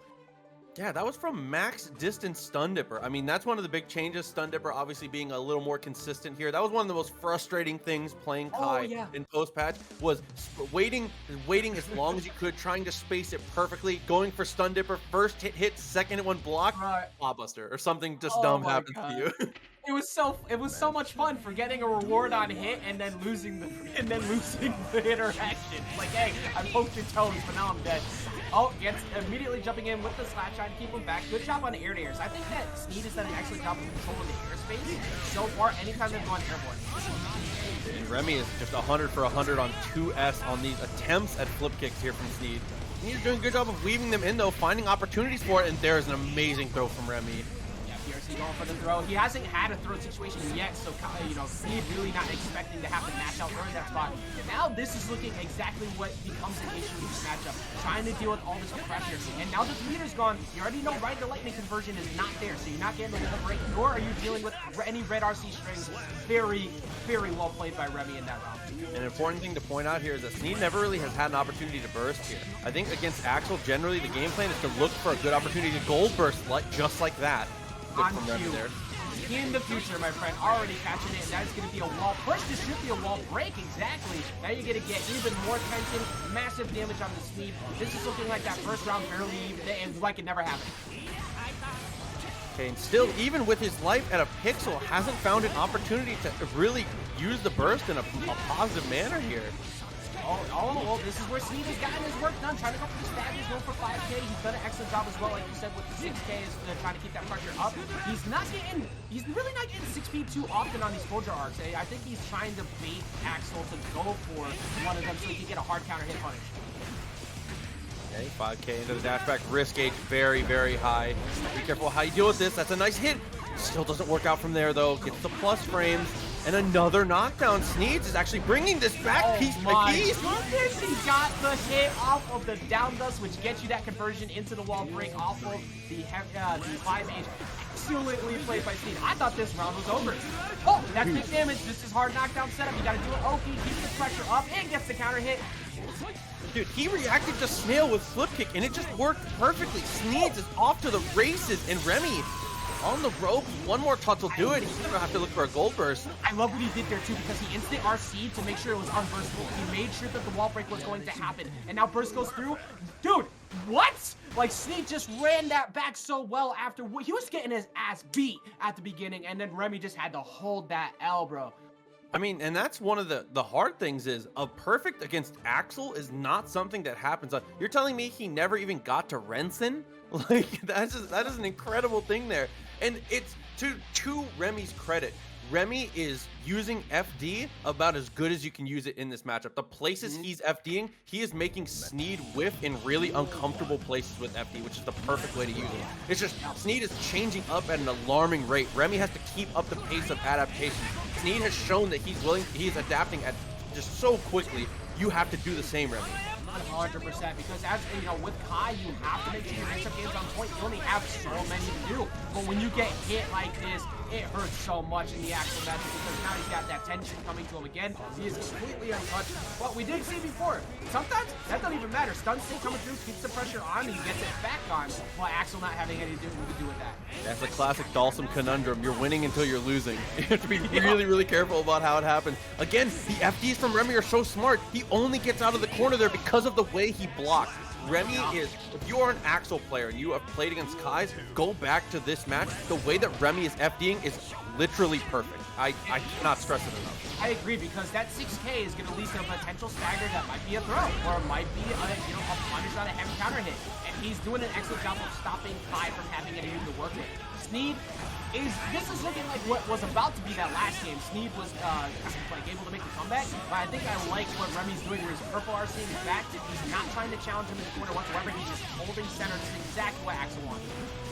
2D Snail is getting a lot of good damage down. He needs just one more touch, and that is it. And it's another one of those situations where Sneed never even saw an opportunity to burst. Axel is so difficult to use that against. You really just have to use it for gold burst. Instead of teching a throw, you just gold burst is like the kind of way you have to use burst against Axel sometimes. It's really difficult. It's true enough, man. And also one thing with this matchup that is incredibly surprising with the way that these two are playing is that this matchup can be one we see go towards time, because Kaiser, you have to respect all of the pressure from full range. You don't want to go for any projectiles. You have to walk up slowly and walk around it. These have been super fast. We've seen 2 perfects out of them so far. Yeah, it's a lot of the optimizations. Like you said, Sneed has been turning every single hit into loops and knockdowns, looping with the fireballs. Remi has managed to find TK bombers just off of anything. It's a good stun dip or whiff punish though. Tries to go for the throw and the gold burst. Oh. Yeah, using up the burst, that was 100% a plus stun dipper as well, because in that situation, that would have been a punish after hit. But as we're seeing back in the corner, this is exactly what Remi's been winning at in these last few matches. I think he's started to make the adjustments in the matchup. He absolutely has. There's the attempt at the close slash there from Sneed. Uses the PRC. Remi's going to hold on to his burst here, actually. Yeah, surprise. You know, actually, I don't disagree with it, because in that situation, that route never breaks the wall. So he decides to hold on to it just in case he's going to get pressured in the corner. And now he still has burst for the next round. Go. Potentially the final round here. Remi trying to take this to a game 5 6P. He burst it immediately. Didn't want to deal with the shock state knockdown. Yeah, smart move there. You do not want to contend in with that. Everything that Sneed has had. Oh my goodness, getting into here. Now he's taking nothing much off the counter hit, but. Oh, there we go. 2H. He's been holding on to that this whole time. Gets the stagger. Goes immediately for the throw. And then another one. Heavy slasher starting up right off the bat. Why are you pressing buttons in the corner? Dude, Sneed, he has 50 meter now. Gotta find something. Jumps up. Almost gets the conversion. Didn't get a 6P. He uses the super, but it's not quite. A good jump from Remi in the red RC. Using the YRC to stop. Good usage of the meter. Exactly, but now one thing that worked out for Sneed here is that he still got burst, he still got the opportunity to break any bad situation, trying to go for a couple aerials, gets the 6P, catches him with the conversion straight into full drug. We're going into a game number 3 here. Yeah, that was just a perfect bait there, throwing that fireball at an angle where Remi knew he could instant air dash over it, but Remi answering straight back 2H counter hit into Renson. So much extra damage down. Sneed has to be very careful here. Off the shock state, he does get the throw. Wow, that was a lot of damage. Yeah, you gotta respect it every time. And now, even though, like you said, the FDs, you see the change-ups from Sneed. Now he's going for Pocket. Oh, the anti-air dash tries to go for the dust. He's been holding on to that since round 1. He caught him to close out the game. But now stun state back on deck using 6K to kind of poke him back out. Not trying to hold this. Okay, look for the 2H. There again, Remi. Oh no, gets knocked out. And he bursts! Sneed with the burst bait! That was so good, and even though he didn't get maximization off that confirm, he does get thrown though, so now he's got to deal with this. But the burst out, I agree with that 100%. You're down to the last stock, the last bit of your health here. What are you going to do? Tries to go for stagger pressure, tries to run in proxy. Oh, he catches him with the projectile. style at the very end. He didn't do that pretty much. Stealthy will probably be seeing Coach D the way he's been playing. And we see another one here. Nitro's on Jacko. Nitro's on Jacko. Finally, we get to see some Jacko here. So in the history of the game here, generally, Axel has had a very positive matchup against Jacko. He is a character that does incredibly well against the type of character that she is, being able to kill the puppets and, like, in the old games, the houses with ranged normals. So a lot of the time, Axel is considered to be winning in this matchup, and you can see it here. Nitro has not gotten to pull a single minion all match. Princess has done so incredibly well to just keep completely stifled.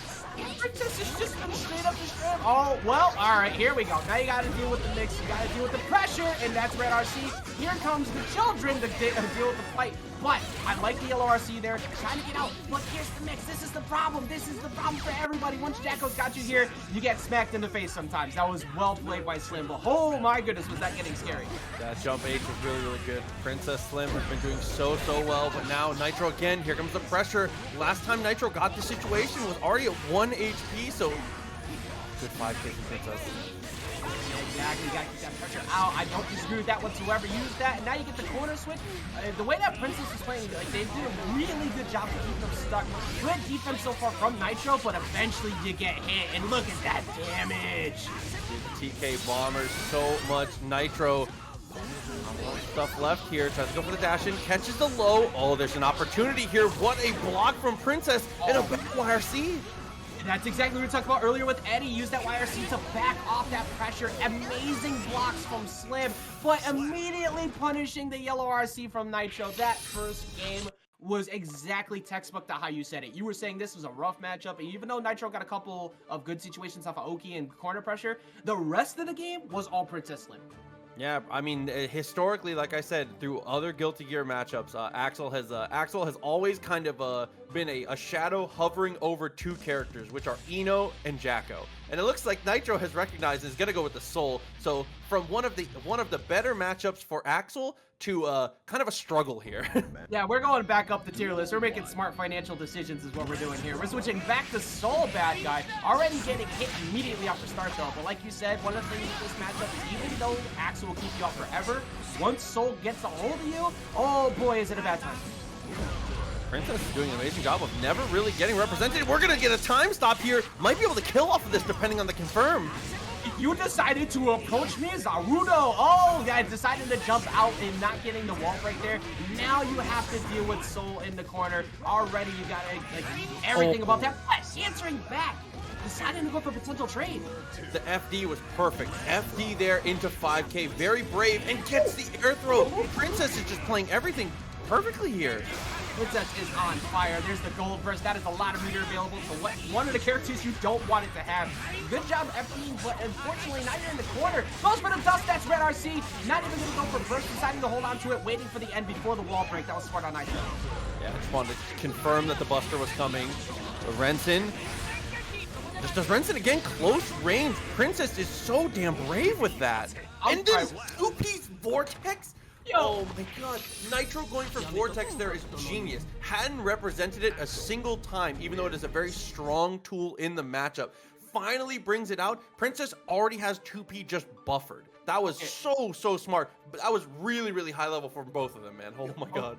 Okay, all right, so let's just throw out that segment where I said that we moved back up the tier list, and this is significantly worse issue because right now, all looking bad. Like holy shit, Nitro literally couldn't play the game. Princess controlled the airspace well, and then calling out the Vortex like you said. We didn't see that once throughout the entire round. So you're expecting maybe a PRC into a wild throw or something after that. Nope, didn't even get the opportunity to do it. See for Princess might be able to put a 3-0 down here on Nitro. That was an amazing poke. Princess is playing very confidently. Just to neutral jump like that against Soul, dude. Oh no, but sometimes confidence can be a little too much. Princess getting caught on the counter hit. Manages to reestablish though. Good on the burst timing and better to keep the perfect spacing against Soul here. Yeah, luckily for Princess, these counter hits really haven't like netted much of anything else. These 2S has been there, but once again gets counter hit on as well. That's going to be a closeout of the round. You absolutely spend the cash there to finish that. Dude, and that is just Dude, the future vision, using these buffs so well, showing why it's so important for Axel, actually getting the burst there on the counter hit. So Nitro, the onus is on Nitro to really get the hit here. Gotta be aggressive. Yeah, and there's that change of bandit bringer. You're not right up close anymore. You got to deal with the space out. An excellent job pushing him back off. Princess Slim is playing this matchup so well. Gonna get another wall break here, especially with the red RC. That's massive amount of pressure you have. You have the tension up. You have not been hit once. Nitro has been cooked this whole goddamn time.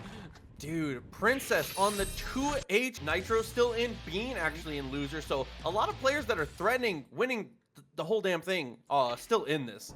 But moving on forward, it is going to be, I believe it was Giovanna versus Axel. This is not a fun matchup for Axel. It's another, the classic Dalsum versus Abel. You're winning till he step kicks you, right?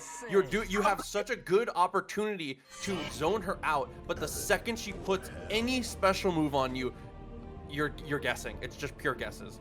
Yeah, I mean, look, as long as Axel doesn't get Yoga Flame, I'm fine. But as we get here into this first game, you're right, man. This is the third Axel in a row we're going to see. We were just talking about how this character is going to be an issue long-term for many reasons. And this is going to be one of the few characters who might see the meta progress towards to try and counter it. She's so good at closing the gap when you have that one opportunity. Like we're seeing that Russian, it's so good because most of the characters can't check the pressure from Axel at full distance. Just the homie TNS double apple coming through, by the way. 17 months. I was wrong. It's 17 is the maximum, but shouts to the homie double apple, man. Love you, buddy. But that was the one thing that you saw early from Myloo that's really important. The first time Smuggles went for the Tatsu, he 2K'd it. So Myloo showing early, you cannot let her get away with those plus frame special moves. Yeah, and we saw Smuggles pretty much kind of just run with the W over Potemkin earlier. Trying to go for the super, the cross-up, gets the counter hit, immediately push him to the corner, doesn't get a wall break or anything like that, but you keep that pressure up, gets the anti-air with the 5P, recognizing the jump. Okay, fast forward, got the cross-up there, nice block from Myloo, and a better punish, but couldn't convert anything afterwards. PRC for a backdash. Be careful about how we block here. Losing a lot of health to Chipp, and the FD gets baited. You have to be so careful. Smuggles and this Giovanna are the best, arguably the best character in the game at going for those tick throws. They will react to FDs and blow you out for it. Just 100%. Like that. It was so good using 5P as a bait off of it. And then again, these 5Ps have been so on point. Like, not even going for anything crazy. Just not only go for stagger pressure and check jumps. And we're seeing over and over again that those tick throws are going to be a massive issue. Now with the 6K, he's coming in, but finally finds the air to catch out. And that was a whiff punish on a 2S. Myloo thinking he had the right option, going for the anti-air. Smuggles puts him on notice for it. One more touch will do it. One throw and good block as well. You weren't in the corner. Sometimes off of that, you expect to be there. Goes for the overhead. Good defense on the high and the low. However, there's a lot of meter for FD, but there's only so many times you could block. Yeah, had a couple opportunities to potentially go for gold burst there, which is usually the option you want to see in that situation, but Myloo just kind of got pressured off of it, man. Smuggles playing the matchup so well. And again, something we touched on earlier that's really important. Smuggles went for Tatsu 3 times and was stopped for all of them, but is not deterred from going for the option. If someone beats you for going for something that's a part of your bread and butter, that doesn't mean it's a bad option. It just means they had the answer dialed up then. You cannot be scared off of the things that make your character strong. So really good on Smuggles there to keep it up. Absolutely, because if you have something that's obvious or a flow chart, if you do it too often, it's no longer a mix-up. But if somebody punishes you for it, you cannot give up on that option right away. Good job finally answering there, though, is Myloo pushing Smuggles back. However, we need to see Myloo actually control this from this point forward, because every time Smuggles has got back in, even after a health deficit, it's just disappeared. Okay, went for the PRC, and I was able to get the burst out of Smuggles there. It's a good use of the burst, though. Try to go for the tick throw, and a better backdash from Myloo. Looking for the throw. Myloo converts it. Oh my goodness, and then tries to go for the overhead. Good job using LOC. This is one of the few matchups I agree with an aggressive early burst, even when low, because of the fact that once you get Axel like this in the corner, you might just steal the round away. Oh, it's a clean punish, and the FD runs out. Snail is enough to chip. That was so crazy. That's so scary to do it in that spot, because if you whiff there and Smuggles reads that, you are now forced into a spot where you're probably going to do an obvious burst or you hold a mix. And then goes right in off of the FD jump, gets the throw, tries to go for a bait on it to get a counter hit. Again, 4 for 4 on low profiling that Tatsu. Smuggles has to mix it in different places or potentially just go into the flip kick instead. But that's a great conversion from there and a better burst bait. Oh my goodness, into the super as well. That's a wall break. It's not gonna kill. Oh, it is gonna kill. Excuse me. That's right. That was off of the burst bait, so there was no scaling whatsoever. Good job from Smuggles catching onto the burst. Now, final round coming up. Smuggles is gonna have a burst on deck. Myloo gonna have to play without it. Good on the counter hit. Goes into the safe jump, and Myloo with a nice tech. Honestly, saving the game on that tech. Exactly. Myloo needs to keep this position right here. Decided to go up, trying to go for punish, but doesn't get anything after the burst. However, Smuggles is still in the corner. Tries to keep him there, tries to continuously keep him out, but there it is. Finally finds for one hit, Proxy. Oh no, flip kick is plus frames. There's, okay, nice 2K2D. Goes for the command throw, and there's one vision. Oh, it's just maximization. We got those, baby. Now, there's not a massive amount of damage, but you get wall break, and you get this extra tension. You're going to have yellow RC for defense, not getting burst back throughout this round. But he gets hit by the super. That's huge. That's right in the corner. Not going to get the wall break, but now you got to possibly wake up super. I think that was blocked. Oh, he got it! Oh, Smuggles had committed to dash up S, and how can you blame him? Myloo had not gone for a single reversal all set. Smuggles finally finds the opportunity to blow the game wide open, gets far slash instead of close slash, and you know what that means. Dude, the super comes straight out. Because if he gets close slash there, there's a chance he recovers fast enough. But the second far slash is out, that multi-hitting move, your life is forfeit. Like, excellent job, like you said as well, of Myloo holding on to that, because it is going to be an obvious thing you're looking for on Wake Up all the time. It's one of your best, it's your only reversal super option, and then you don't see it coming when you're about to win the game. All of a sudden, it catches people off guard. Now we're out of one game apiece. Okay, 2S, risk gauge getting kind of high here already for Smuggles, but doing a good job of closing some space little by little. There's a great punish and actually gets the burst. So getting the burst that early, very, very strong for Smuggles, but still struggling to close the gap. Yeah, I'm not too surprised Myloo decided to go for the burst there as well, because every time we've seen Smuggles get that, it's been maximum conversion into either wall break or really annoying Oki setup. And you know what? Just get away from it. Don't even bother. But now back in the corner again. Can he get out? Does get checked, but no, two whiff throws. Down dust also. Good job on FG to not get pressured by that. Yeah, the SOS from both players whiffing that throw. Unfortunate, but you gotta be careful here. The flip kick is plus frames. Oh, and what a bait on the throw. This is a max conversion here into the super. Almost all the life gone here, and a safe jump available here for Smuggles. Myloo got to be careful. Amazing, and calls out the jump in immediately with a reversal throw. Do you get the pre-RC? No, you're bursting, not trying to get thrown out of that situation, but gets kicked in the face by 5K as soon as he lands. Oh my. Smuggles mistimed his safe jump there off of the round start. If you get the super when they are on their back, that is a guaranteed block situation for them. Mistiming it, Myloo recognized and got the throw, and already half the life gone for Smuggles in this matchup, and this might be the rest of it here. Yeah, it might be. That's going to be forced right over the corner. Gets the extra hit off OTG. Honestly, with the way these games have been pressed, I'm sweating here. I'm getting stressed out. This is so bad for Smuggles right now. No burst. We're getting close. Getting close as well to possible RC. That's a big counter hit. Okay, so it's going to be scaled down because the RC hit. The next hit should wall break here, so that's really what you got to hope for here is Myloo. Either find a way to use your burst or just win it out straight away with the jumping slash. Myloo taping it up back in that last situation, and for good reason. Myloo has been like very confident in their grounded defense, not afraid to block. Finally just opts out, is willing to go for the aggressive defensive option to get out, and that is 2 games in a row that we've seen Myloo play patient, solid defense and end the round with a big defensive guess, a big defensive choice, and steal the turn. And that is the takeaway here. Myloo is clutching it on defensive choices alone.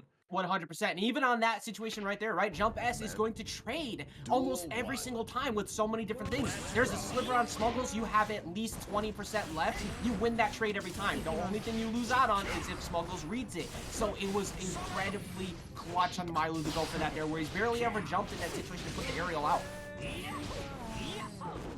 Okay, jump over, good spacing, counter hit here from Smuggles, good burst from Myloo. Kind of have to go for it there, and another whiff punish. Myloo is low profiling so much from Giovanna. Yeah, And you've been saying that from the very beginning of the set, and it's only gotten better as we've gone along. Now Myloo doing very similar to what we saw in the last round with the Axel just before. As the set went on, the adjustments were made, but already getting the burst out of that situation. But we do see Smuggles get a full wall carry here, maximizing into an actual wall break. That was such a beautiful combo. It really was. Goes for the jump in, but jumping against Axel has its consequences. Just movement against this character is a commitment. You have to be very careful. So now, with Myloo's meter situation, if he gets a hit, he's gonna have one vision to be able to get the kill here. Myloo has to be careful about how he does this. And there's a commando to close it. Finally finds the mark. We've barely seen those commandos go off and hit the money against Smuggles, but that time catches Smuggles slipping, and now we're on Smuggles in the last potential round of winner's side. Again, it's the 5P, 2D, follows through, can't get anything else. Smuggles doing a great job of keeping him in the corner here. Myloo finally starting to feel the pressure potentially. Yeah, still a good job of blocking all those lows, because we've seen Smuggles go for overhead over and over, and that time going for about 3 lows, and then gets the conversion, but doesn't get anything off of it. Now you're going to get reversal thrown here into the corner. You got to deal with all this. No, and that is a safe jump there off the throw. Smuggles has to be a little more careful there. There's the D. Oh, he follows up with the Tatsu. Gotta keep those plus frames. There's the DP. And Myloo to block. The defense is incredible, and then finally pokes out. If any of those get hit, that's probably an instant burst, and that is a baited burst from Smuggles. But none of that ever happened because Myloo checked his head and watched his toes as you try to get in. Speaking of people who don't really struggle to get in, we're going to be seeing the return of the coach with Leo versus what is going to be an incredibly difficult process of a win against Sneed with the Kai. Yeah, I think that Kai does have some problems in this matchup here. Leo, an incredibly strong character. A lot of the times, it feels like they have the same game plan, but Leo just kind of executes it better in some ways. So gotta be careful here as Kai about how you do, how you go for reversals and how you poke out. Just like that 2P was good for a punish. Yeah, and one thing I will say, though, is I actually have some faith in Sneed's ability to make the adjustments, because we saw what was another very difficult matchup overall against the Axel. He kept it up. Why? Because anytime he got Oki or he got wall pressure, he got the hits like this. Do we see the early burst off the Sneed? Nope, just letting it rock for a second and then deciding to stop. Yeah, PRC looks for the headbutt afterwards. Tries to go for the stance cancels. The run actually makes it through. Oh, gets the cross up, immediate DP getting out there. What are you doing? Oh, again, the 5Ps. The 5Ps have been on the money. Converts as well, gets the wall break. Doesn't get the kill off of the dire clock, but he has stun state. And the trade. Dude, Sneed's conversion there, I had no idea you could carry that for that long. That was just an incredible optimization there from Sneed. Yeah, as time is going along with Kai, you start to realize much better conversions off of using 2S and also using like different mix-ups on your roots. It's actually pretty good. Now you're getting mixed, you're getting blended. Good bait there on that. There is no burst, and that's Ride the Lightning, baby. Big damage. Okay, what do we get off the mix-up here, though? We go to dash forward. Immediate DP from Coach Steve. Still has his burst available. This is within Leo's realm for sure. Oh, yeah, 100%. Oh, going for 2. Break them ankles. That's already that wall break.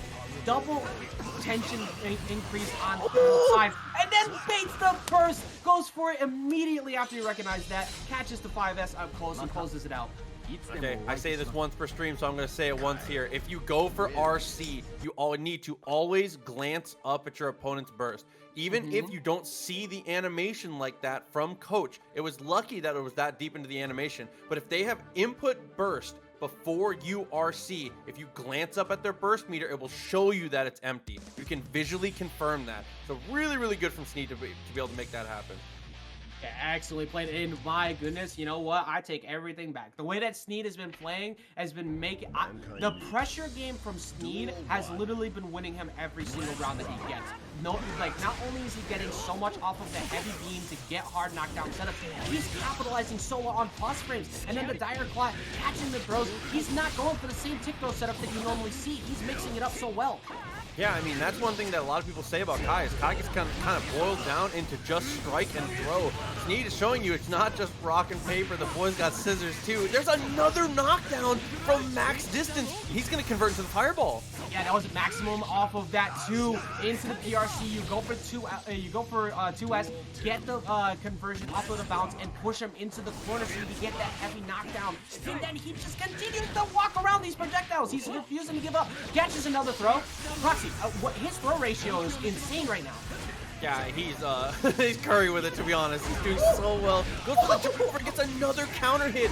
This is so crucial. Coach tried to jump out of the corner more than once, and Sneed reacts to the jump. A jumping D in the air. Not something I see from a lot of Kais. Using that for a preemptive air-to-air.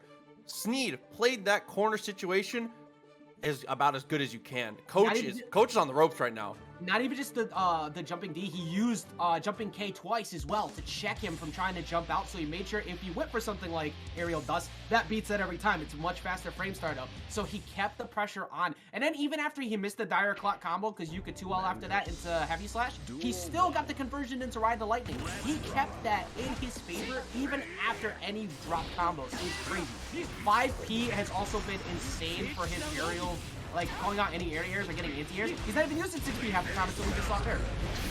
Okay, gets another conversion. Late burst from Coach there. I think it's a good decision. As always, Leo players like to burst early, and that's usually the right call. 2K2D has earned a ton of respect here. Coach doing a lot better on the offense here. Finally getting his turn, but there's another DP that's blocked. Oh, max conversion off of that too. Gets the hard well, not the hard knockdown. He gets the open setup, goes for immediate down dust, keeps the pressure on. Oh my goodness, and then keeps him trapped because he had him in stun state. You have to respect that Bulger arc. And he gets the throw again. And he had RC to pressure there if he wanted to, or potentially convert. Just goes for the reset anyways, man. Sneed is playing with confidence. Yeah, you can red RC after that 5S in that situation and just kill too, and he didn't even care. He still ended up closing out regardless. Like, this is one of those characters that pressures you like crazy, and we're seeing complete reversal that gets the heavy slash, gets the wall break, goes for dire clock, gets stun state, and now we're going to be seeing what is probably going to be an early burst here from Coach Chipp. Stun state, gotta be careful here. The plus frames goes for the run through. Okay, this is Coach's chance. There's the burst, it's not good.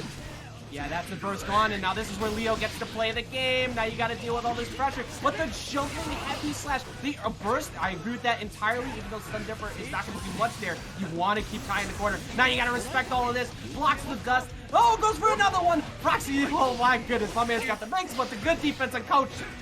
Oh, Coach is in trouble here, and just Chipp will do it. Goes for the run through, and he baits the vapor thrust. Okay, Coach Steve back in it.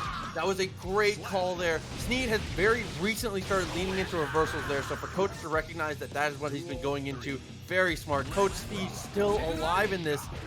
Insane clutch adaptation from Steve at the end. There's the 5K stagger though, especially with stun state. You expect them to possibly go for beam. You go for another throw. Stun state still there. Puts it back on. This man is getting destroyed in the corner. You get another one. Go for the RC. Absolutely. Look at the control he is on his jumps. He can't play the damn game. Goes for a throw. Finally finds the counter hit though to get out. Okay, and he gets the command throw, so now Sneed kind of in trouble here. There's 50 meter available. If Coach breaks this wall, goes for the RC. Good defense from Sneed, and the YRC is perfect. He baits the gold burst as well from that distance, but Coach still in control here, and he has 50 meter now. That is the round possibly. No, just enough left. This is one good poke away from either win. This is you see him trying to go for the arrows. Gets the Vulture arc off of that and gets the W. And that is a 3-0 and a handshake coming in from Sneed with Kai over. Speaking of mixed-up machines, though, we got Yuikov with Millia, and then we got SneedChungus coming in with the May. Yeah, so SneedChungus playing on the May has been playing really well, has been performing offline really well as well. Had a recent third place. Yeah, he deals against Yuikov though. Good whiff punish off the start, standing heavy. The confidence to start with that from SneedChungus. Yeah, you gotta establish that early dominance, because last thing Millia wants is to get hit. That's literally it. Every single hit, look at that. Every single small hit, she's taking about 10 to 15%. And this could just be a free round here. We've seen Nash barely take any damage. You have to put them in the blender, and May's not really about that. Oh, and then just the far heavy again. So, SneedChungus, not really a lot to say there. Got one knockdown and was able to just run it down. Yuikov never got to get started. The strength of Millia is that she's hard to catch, but Nash is making it look easy. Oh yeah, big counter hit there too. Gets the throw, continues to keep the pressure going. OTG just to kind of push back into the corner. Gets a heavy hit with the Totsugeki as well. That's a wall break, bro. All right, hold up. By the way. Yeah, this is All right, so I think we're going to game 2. Yep, we're going. Yeah, that comboed, by the way. That BRC forward, the jump in, super optimal. Gets extra damage there. It's a natural burst bait because he gets to jump during the combo. NASHFAN showing off the tech, bro. That combo was so sick. And when I say optimizations, it doesn't always mean damage, right? NASHFAN doing that, it cashes out the most meter possible and is able to be burst safe all the way through. 100%. Remaining burst safe is so important in the late game because once somebody gets an opportunity, like you give Millia an opportunity off of burst and she catches one mix-up, you might just lose the round because you're going to get blended over and over again. NASHFAN refusing to give that gap to happen. So Yuikov got to make some quick adjustments here. Really, it just hasn't gotten to run any offense yet. Getting the hit against Mei can be very difficult. A character we always obviously equate her to quite often is like very Honda-esque in that she's hard to approach with these runs, and the 5D actually might kill him off of this, and he does. Yeah. NASHFAN coming through with another perfect. I know perfects may show up quite a bit when you fight Millia sometimes, but you know what? NASHFAN with the mental awareness. Oh, your burst is gone? Bet! Looks like I'm going for an overhead mix up here, catching a full 5D, and you just dive to that outright. Now we're going to see some pressure here. Trying to go for Oki, but immediately FDing out. That was so smart by NASHFAN. He's got the meter to push out. Don't try to take that mix. That was well-structured offense, though, from Yuikov when he was able to get there. He killed a close slash. So much damage. Look at the health bar. That was a solid 70-ish% for existing, and it's just keeping it up. Counter hit coming through. Gets out. Good block so far. We're not seeing any moon attempts. I like it because you don't want to give an opportunity for Nash to try and get back into the game. That was another amazing FD. Chumping D also coming through. 5K to par. Dude, 5K to 5S. He is just pulling out all the tricks, but still, Yuikov, he's in this now. Gets the cross up, and it's blocked. Amazing block. Amazing. Oh, that time, though, gets caught. Are you going to say same side, though? Okay, so that is the third one. There's the moon, though. Just talk about that. We haven't seen a single moon whatsoever. Now, are you still in there? Yes, you get the block when you get the counter hit. Gets it through. Yuikov running back that round. TK Bad Moon finally making its appearance. Really strong stuff there from Yuikov. And that's just the strength of Millia and Yuikov as a player. If Yuikov gets a chance to run offense, we're going to see a lot more rounds just like that. 100%, but right now we're going to be seeing a deletion of that health. Look at that again. One single hit, and you lose so much. It is all about getting that one-hit interaction from Millia. They're good job getting the block check after the blue RC, but that trade works in favor of Nash every time. So far. Air buttons trading, definitely not something you want to see as the Millia versus Mei. But really the difference maker here has been Millia's generally make their money off of being elusive in the air and being very hard to catch and hard to stop their attack angles. NASHFAN is jumping and using jumping D to propel himself upwards to anti-air Yuikov in the most uncomfortable places. The sky is normally where Millia dominates. NASHFAN playing a very strong grounded character is going up to meet him so quickly every time. What I was saying at the start of the round. Oh my god! At the round start, just holds the dash button. Just holds the dash button. No fear whatsoever. This is, like you said, this is United Airlines coming to a crashing halt. This is literally nothing you can do because every time you try to go airborne, this is one of the few characters in the game like so, with massive hitboxes that can check Millia's many air dashes over and over again.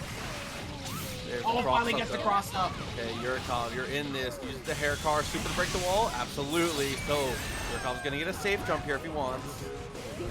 Deciding to go in, tries to go for a cross up once again. NASHFAN not having any bit of that, just jumping out there. And NASHFAN does have the yellow RC available to stop this too. So you see it once, there it is. Don't try to hold that mix. Immediately try to get out and get that trade. And there you go. That is another round going to NASHFAN. And we'll see if Yuikov can close any of these out. Yeah, two rounds up like that. I think that's a great call there from NASHFAN. Trying to preemptively block the bad moon, but this is what happens when the defense comes. Nice block and a better punish. NASHFAN back in control. I don't disagree with that either. You haven't gone for that. You're already so far down. You have to make a move. You have to go for that heavy charge gust. But because of that, oh, you got hit still, but burst is back. You pretty much have to burst on the next interaction. There it is. But he gets out. Still okay. Trying to go for he couldn't quite get close enough. There's the knockdown. Yuikov has to win here. There's the burst. far into the, okay, double overhead. We do have meter available for that super. As we come through here, that's not going to do it just yet. But you have another bar. Do we see BRC off the rip? No, we're not. We're going to see potential. Oh! Mystic Bad Moon. Oh! Oh! It's a trade on that. It gets the throw and keeps himself alive again. But we got this in round 1. Wasn't able to close it after that. Amazing comeback, but let's see if Fury can actually get himself back in. 6B's gonna stop the nonsense, but immediately gets hit anyways. You gotta hold this these flip frames. 2H. What a follow-up there. Nashfan trying to steal turns. Yuikov, great jump out on the beach ball. Yeah, amazing job. That's a very scary situation. Most people aren't trying to challenge that, but when you're down this far, so much damage. Coming back in, good job blocking the lows after the attempt at the high. What are you gonna do though? Nashfan playing it right to start going backwards, putting out hitboxes. Okay, another good punish. One more touch will do it. Yuikov has to be so careful here. Another swing is close, but Yuikov gets the knockdown to the burst. Oh, the burst. It didn't have confidence in the hit there. The sandwich maker match. If you are thirsty, please go grab a drink. No, I'm just kidding. Here we go. We're going to get into the Axel Ditto. This is going to be a war of attrition in every way. Who controls the ground better? Who has better conversions in the corner? Because you have to actually work your way into the corner. I don't think this is one that you want to fight from the distance the entire time. Yeah, I think that is a key aspect of Guilty Gear that rings true quite often. Most characters in this game are very bad at dealing with their own toolkits. Axel is no exception to that. Renson is incredibly difficult for Axel to beat himself. So whoever gets priority and starts getting to throw out those Rensons, getting to answer them earlier, is going to have the advantage absolutely. Every time you see them both grounded, you're going to see them looking for 2H just like that, and then trying to answer the own 2H with Renson. As we're seeing here again, Princess Slim has just been so amazing on the pressure. And there we go again. What are you pressing buttons for? And even with all that meter you had, you can continue to FD out. You know who doesn't really give a damn about FD from range? Axel. Okay, so able to go for the Renson again. Princess Slim keeping the advantage here, going for the instant air dash on Stealthy. Stealthy back in it though, going for the 2K, looking for a lot of command grabs that are just not working out. Oh my goodness, baits out the jump. There's the burst. You have to use it at that point. You're already down a whole round. Gets a couple hits in, but again, like, Princess Slim has been so good at playing Axel as if he's a corner pressure machine. The amount of mix-ups we see out of Slim in the corner with Axel have been nuts. Yeah, I'm really liking it for Princess Slim. Always closing the distance, knowing when to instant air dash in. I think that is a key aspect of this matchup. That is your rock, paper, scissors. Renson beats jump in beats 2H beats Renson. Slim has thrown the correct rock, paper, scissors every single time. And it's not a lot that Stealthy is doing incorrect. It's more just this matchup is a guessing game, and Princess has guessed correctly every single step of the way. When you're constantly losing the rock, paper, scissors in the mirror match too, you get annoyed. Like, that's the only way to put it. Because you're already thinking, okay, they're outplaying me on options I wouldn't go for. So I go for something different. And then they hard read that. And you're like, well, they know all of my mixes. So what am I going to do to change it up? Slim has kept the same flowchart that has worked throughout this entirety of this match. And Stealthy hasn't found the gap immediately. Hey, Stealthy doing better, establishing Renson pressure now. And getting some anti-airs too, so it's working out. But there, Slim... Big guess in, goes for the BRC. PRC backwards, nice from Stealthy. Starting to use that meter a little better. There we go, that's all right, good blocks as well, but already getting checked back into the corner. Like, Proxy, I don't think I've seen a single time where Stealthy has been in the corner and one out, getting out. Good job blocking the dust though, and there we go, finally. It's gonna at least start to slowly work his way out until he gets command grab. Oh, Princess Slim tried to go for that classic reset there, something we see quite often. There's the pull forward, but dashes backwards. Stealthy kind of gives the turn away.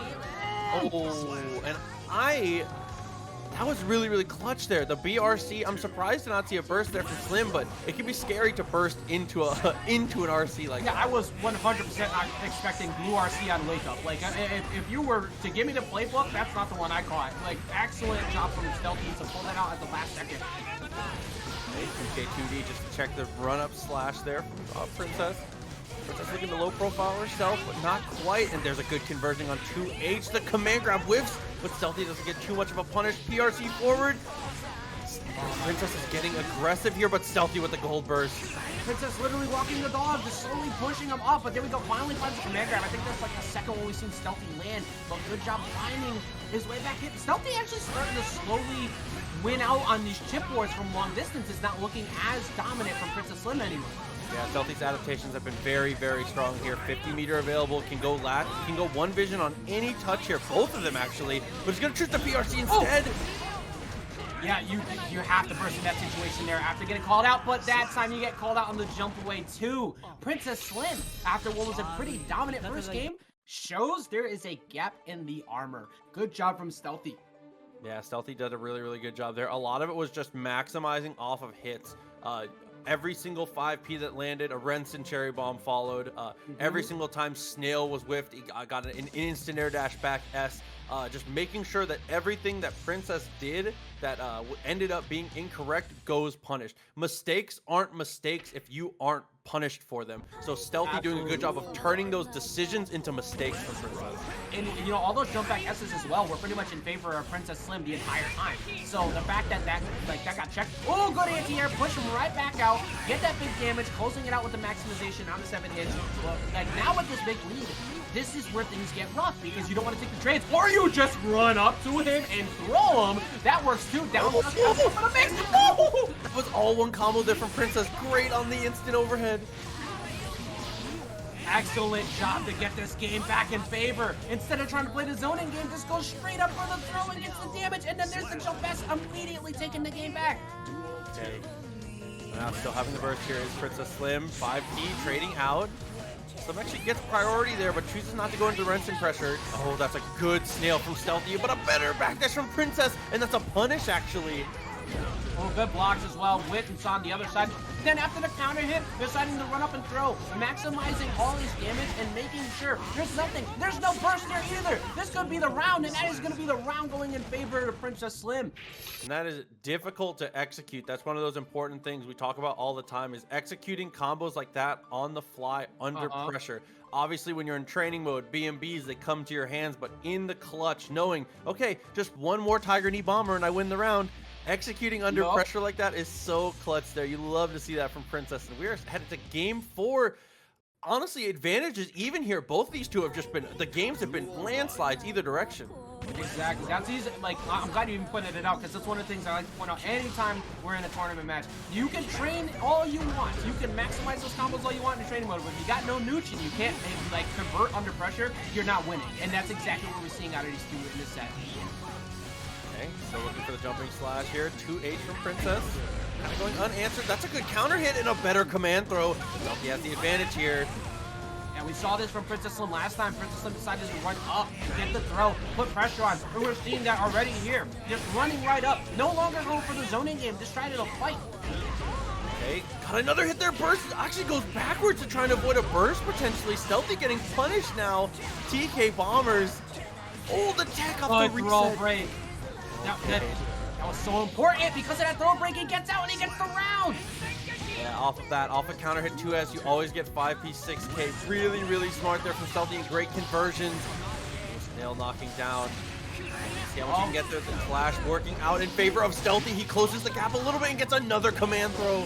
Not even going for anything off OTG. That was so smart. Decided to go for the command grab after the counter hit. That throws people off. And now you got to watch out for this. No throws. We're seeing Princess Slim start to switch it up instead of trying to go for buttons instead of throws, because we saw that one get grab last time.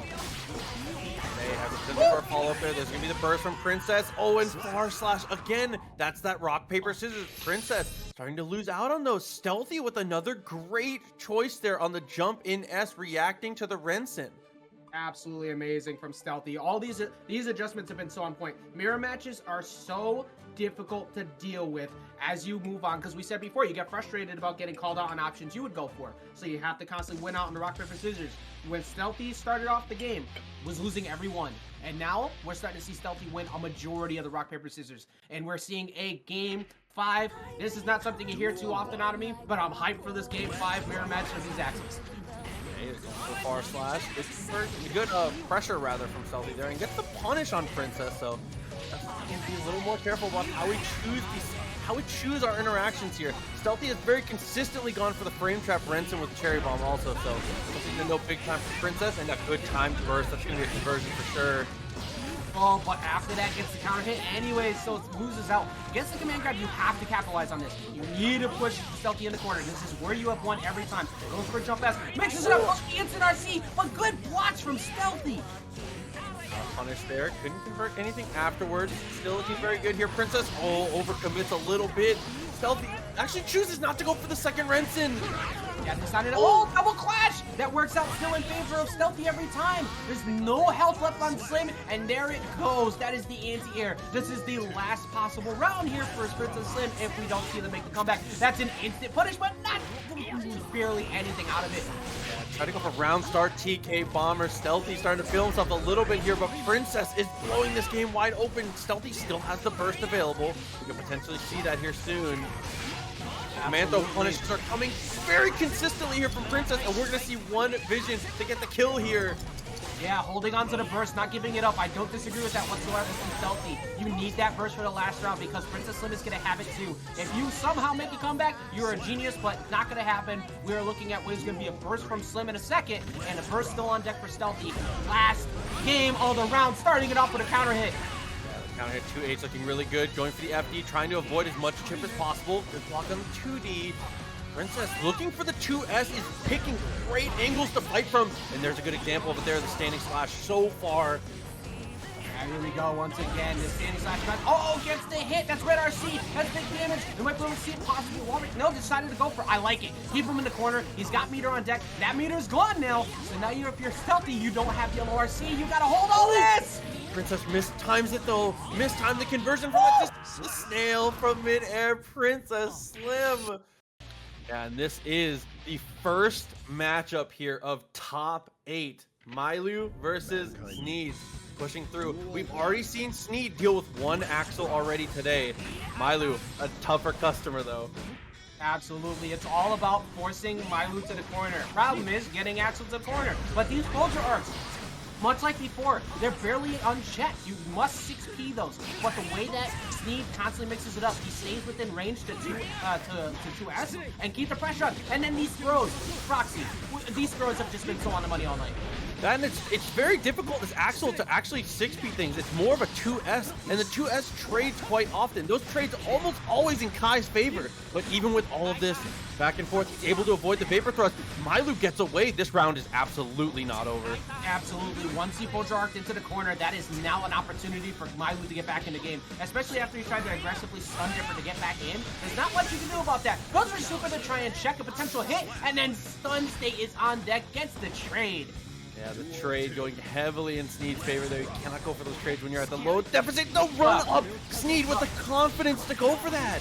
Who the hell runs up round start to Axel and gets the grab? And you are so, you burst there every time. That is massive damage. Stun State was on. That was going to be Dire Clock closeout. That was going to be huge damage against Myloo. And that is an RC into a wall break. That is Sneed running with this round.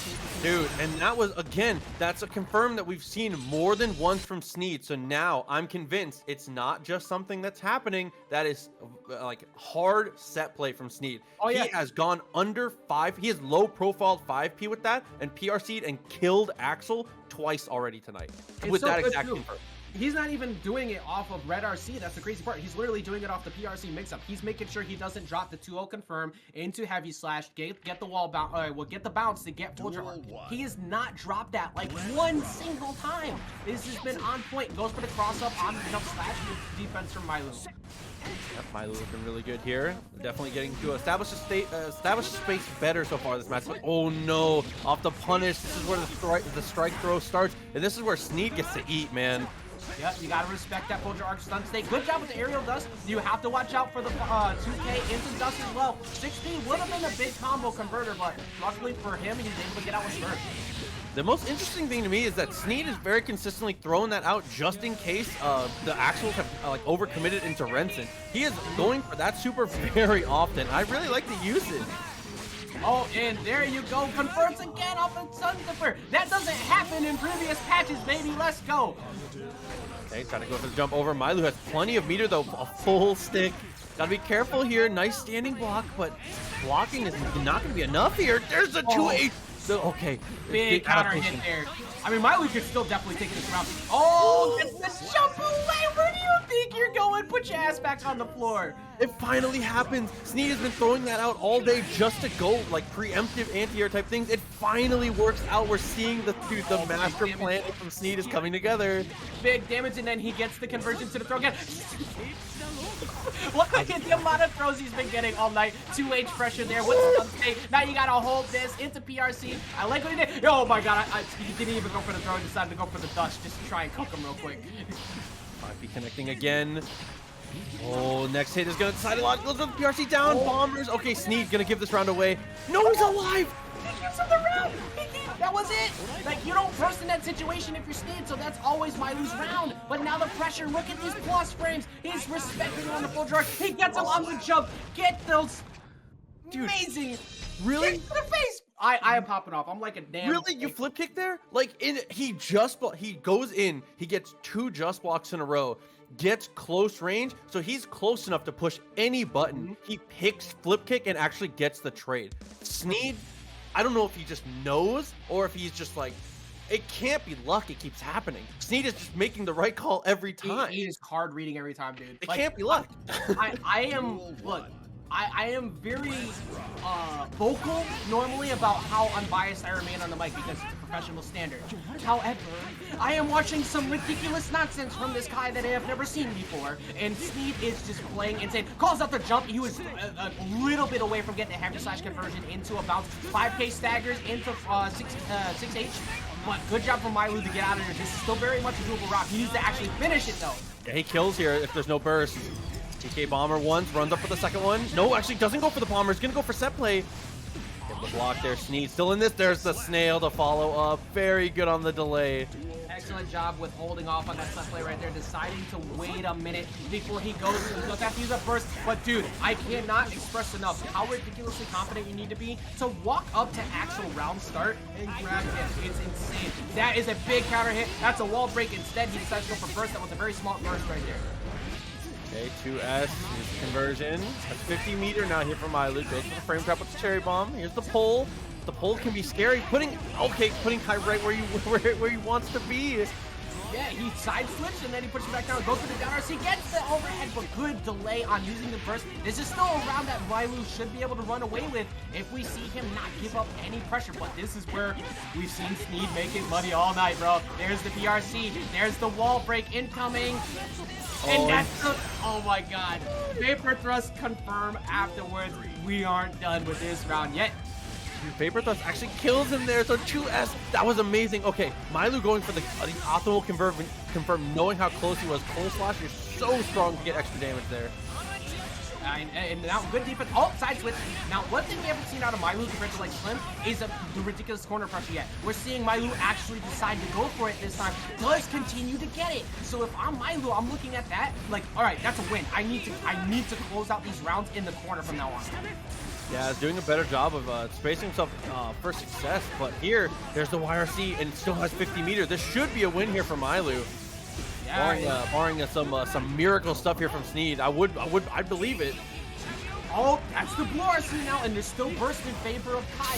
That is a big hit. That's a oh, never mind. Still gets through, gets out of there. Oh no, he's still in it. He has 50 meter now too. He's got a burst pretty much on reaction or like a defensive read at this point. Oh, it just runs up and stun dippers. He has plenty to get decent damage here. You go for a knockdown setup. What do you do? Tries to throw, and he finally gets punished for one of his throw attempts. This is like the first big whiff punish on throw we've seen pretty much in Sneed's run so far. Oh, that was honestly like that was like a tides turning jump back. Sneed has gotten that throw all day. The first person to really aptly deal with that situation from Sneed. Myloo, there might be something in the water here, man. That was a big moment. I think the big thing, 100% for Myloo, is that left side corner pressure we saw. He kept giving up stage position to get the pressure. Good, you know what? It was just a run up grab with extra steps. Decided to jump in, but he still did the run up grab with the starting grab. Okay, 2H. Goes for the jump over. Good. Giving away mix up for positioning. Always worth it here for Axel. absolutely. Misses the jump heavy slash, so he's going to be forced to play Nooch again. But, oh, yeah, you got to respect the setup. And then leads him hard on the jump, bro. Sit your ass back down. I do not say you can go airborne. You got to hold another one. 5S OTG mix up to go for pressure. Gets him. I agree. If you think you have confidence in the round, you have to burst it. Yeah, dude, Myloo with the hero burst. Let's see if he can make it work again. He has flip kick snailed almost every time. That is so reckless to do. It's just the crazy part. You don't just flip kick raw like that. What Sneed does. Sneed believes so hard in the fact that Folger Arc is going to connect every single time. Now we're getting good control of aerial space and grounded pressure. This is what you need to do if you want to walk away with this W as Axel. Yeah, some good spacing there. Okay, goes for the reversal timing this time. Oh, he's starting to lean into it quite a lot. Yeah, when you don't overstep your boundaries, but he gets the reversal throw. Now you got to deal with the stagger pressure. Folger instant air dash, goes for this, just not the fully charged, just decides to try and go for a single hit. He still has burst, but I don't think he uses it here, especially with the fact you have another round. Yeah, Myloo's going to look for YRC when he can, if possible. Got to be careful about how you space these. Okay, and goes for the chip with Renson.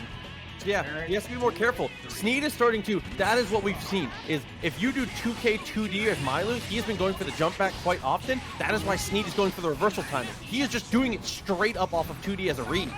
Exactly. He's called it out almost every time. So I think we're gonna see Myloo start to try and make a bit more grounded. He's not trying to like get checked by any of these air-to-air hits. Oh my god, just the safe jump in. Gets the tip, gets the throw. Now you gotta deal with even more pressure. Jump K does not connect to keep him stuck. But he's still stuck here in the corner. Both of them with the bar on deck, but there is still burst available for Sneed. Yeah, I gotta be careful about how you approach this now as Sneed has the meter. We know he loves to go for that stun dipper, to go for the low profile.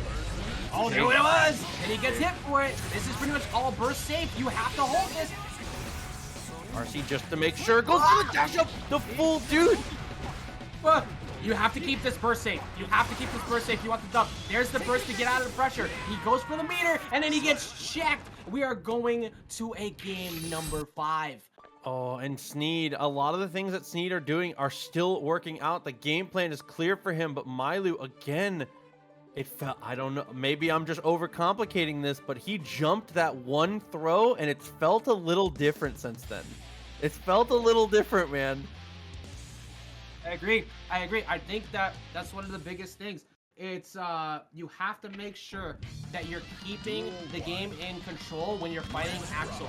Once you start to get exposed on the throws, your kick throws in the corner, that's now a huge part of high pressure gone. He's one of those all game, all night. But Myloo's the first one to actually check it. Okay, good trade there. Anything that pushes Kai a little farther away and gives Axel some real estate is great, but there's a 6P, and he's the confidence to follow up like that. The burst, okay. Oh, man. That was a crucial burst there. He was going through the wall off the ride the lightning, so Myloo able to save the day on this round. 50 meters still available. There's a PRC, but it's just to keep it defensive. Yeah, here we go. Oh, gets the throw, runs right up on him, goes for the stagger, and decides to go for down dust into dire clutch just to get the stun state on. But now, this is, oh, couple 2P pressures. You have to respect this because at any point, oh, the anti-air dash off of the RC, tries to go for a throw. He does get it, keeps the pressure on. You have to respect stun state, and he gets away from the throw at the end. 2H to try and go into the fireball, wasn't quite there. The clash comes through, and he actually beats it out, but this time the super again. Sneed, if you knock him down and he has 50 meter, you know what's coming. Sneed has been so consistent with that, and now he's on set point. Oh my god, trying to go for a couple cross-ups on where he's gonna land, but doesn't get it. Jumps in as well, gets him on the runaway. He misses out on the heavy slash conversion. That would have been a wall carry, but either way, he gets the wall here. You gotta get out if you're Myloo. You're very close to burst, but you're getting poked in. 5S stagger. Gets the anti-air with the 5K. Okay, went for the jump over this time. Dude, Myloo looking really, really good here. Again, both have 50 meter. Sneed has a burst. Gotta be careful about where we burst here. He's just gonna hold it. Okay, we're just gonna let it rock. So Sneed is gonna save it into the next round here. Didn't want to fight for that one. Myloo and Sneed down to the final round.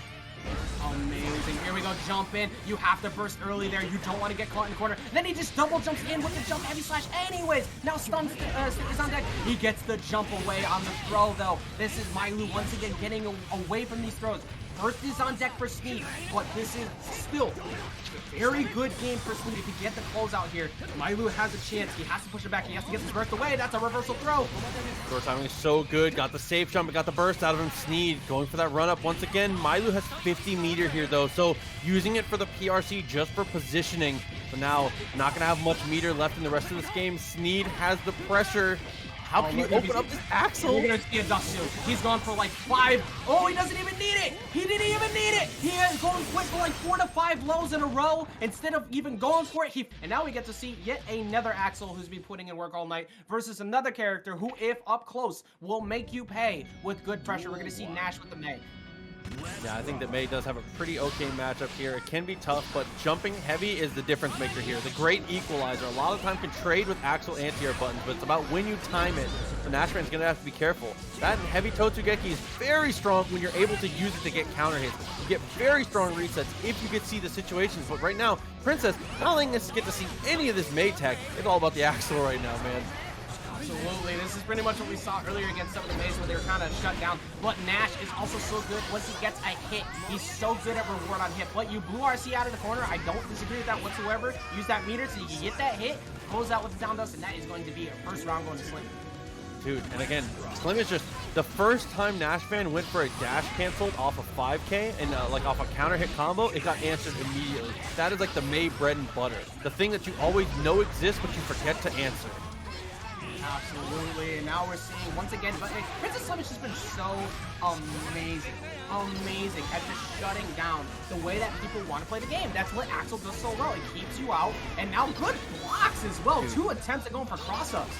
Princess Slim's defense is just not real. There's the BRC, so this is going to be a combo actually, and then resets with overhead kiss. That should certainly be a kill. No, didn't have 50 meter. And that's massive damage now on Axel. This could be Nashman. Oh, gets anti-air though. That is big damage. Going for the big conversion. Doesn't get the kill off OTG. Doesn't even matter though. Ends up closing it out. Dude, Princess Slim. I mean, Nashman playing a character that can just run Axel over when the hit comes, but Princess Slim has been the most consistent Axel that we've seen at just never letting the hit come. It feels inevitable that the rounds will end in like a chipped Renson or like some form of anti-air. Like the best zoners are people that play in a way that make the matchup feel like it's not worth playing, and that is like the emotion that you get off of the way that Princess navigates neutral, man. Oh my god, it's I don't think you could have said it any better, because like the way that like you watch and break down an Axel player, it's usually pretty flowcharting. But the way that Princess Slim has adjusted her game plan is usually pretty good. But then sometimes you just take a dolphin to the face at round start. Oh, of course. Okay, 50 meter now. Nashfan already dialing up on these good adjustments. The burst already gone from Princess, which is a huge win. And there's the counter hit. Fake the overhead kiss. This is almost a kill. My god, the amount of damage on that. Looking like Millia out here. That is an amazing amount of damage. And then you boo RC directly into up dolphin, bro. Just go ahead and sit down for a second. I like the idea there from Princess Slim a lot, going for BRC4 just to answer, but Nashfan, man, the porpoise. Oh my god, and you know what? Excellent adjustments here from Nashfan. Oh, gets called out on the jumps though. You've been in the air a little bit too long. Speaking of getting called out on the jump, there's another anti-air. Big damage coming from Slim. Keeping the pressure up and making sure that it's burst safe, baby. It is burst safe every time. Excellent job. I can hear the Canadian national anthem playing somewhere, dude. A little too high on that burst. Oh my god. Bro, and now oh my goodness, look at Slim making Axel look like a rushdown character out here, just keeping this pressure up. But now you're forced in the corner. How many times in a row have we seen Nash get called out on the jump shot? Okay, all right, the mixtape there from Slim, making Axel look like the rushdown character, kept it same side. What a tough mix-up there.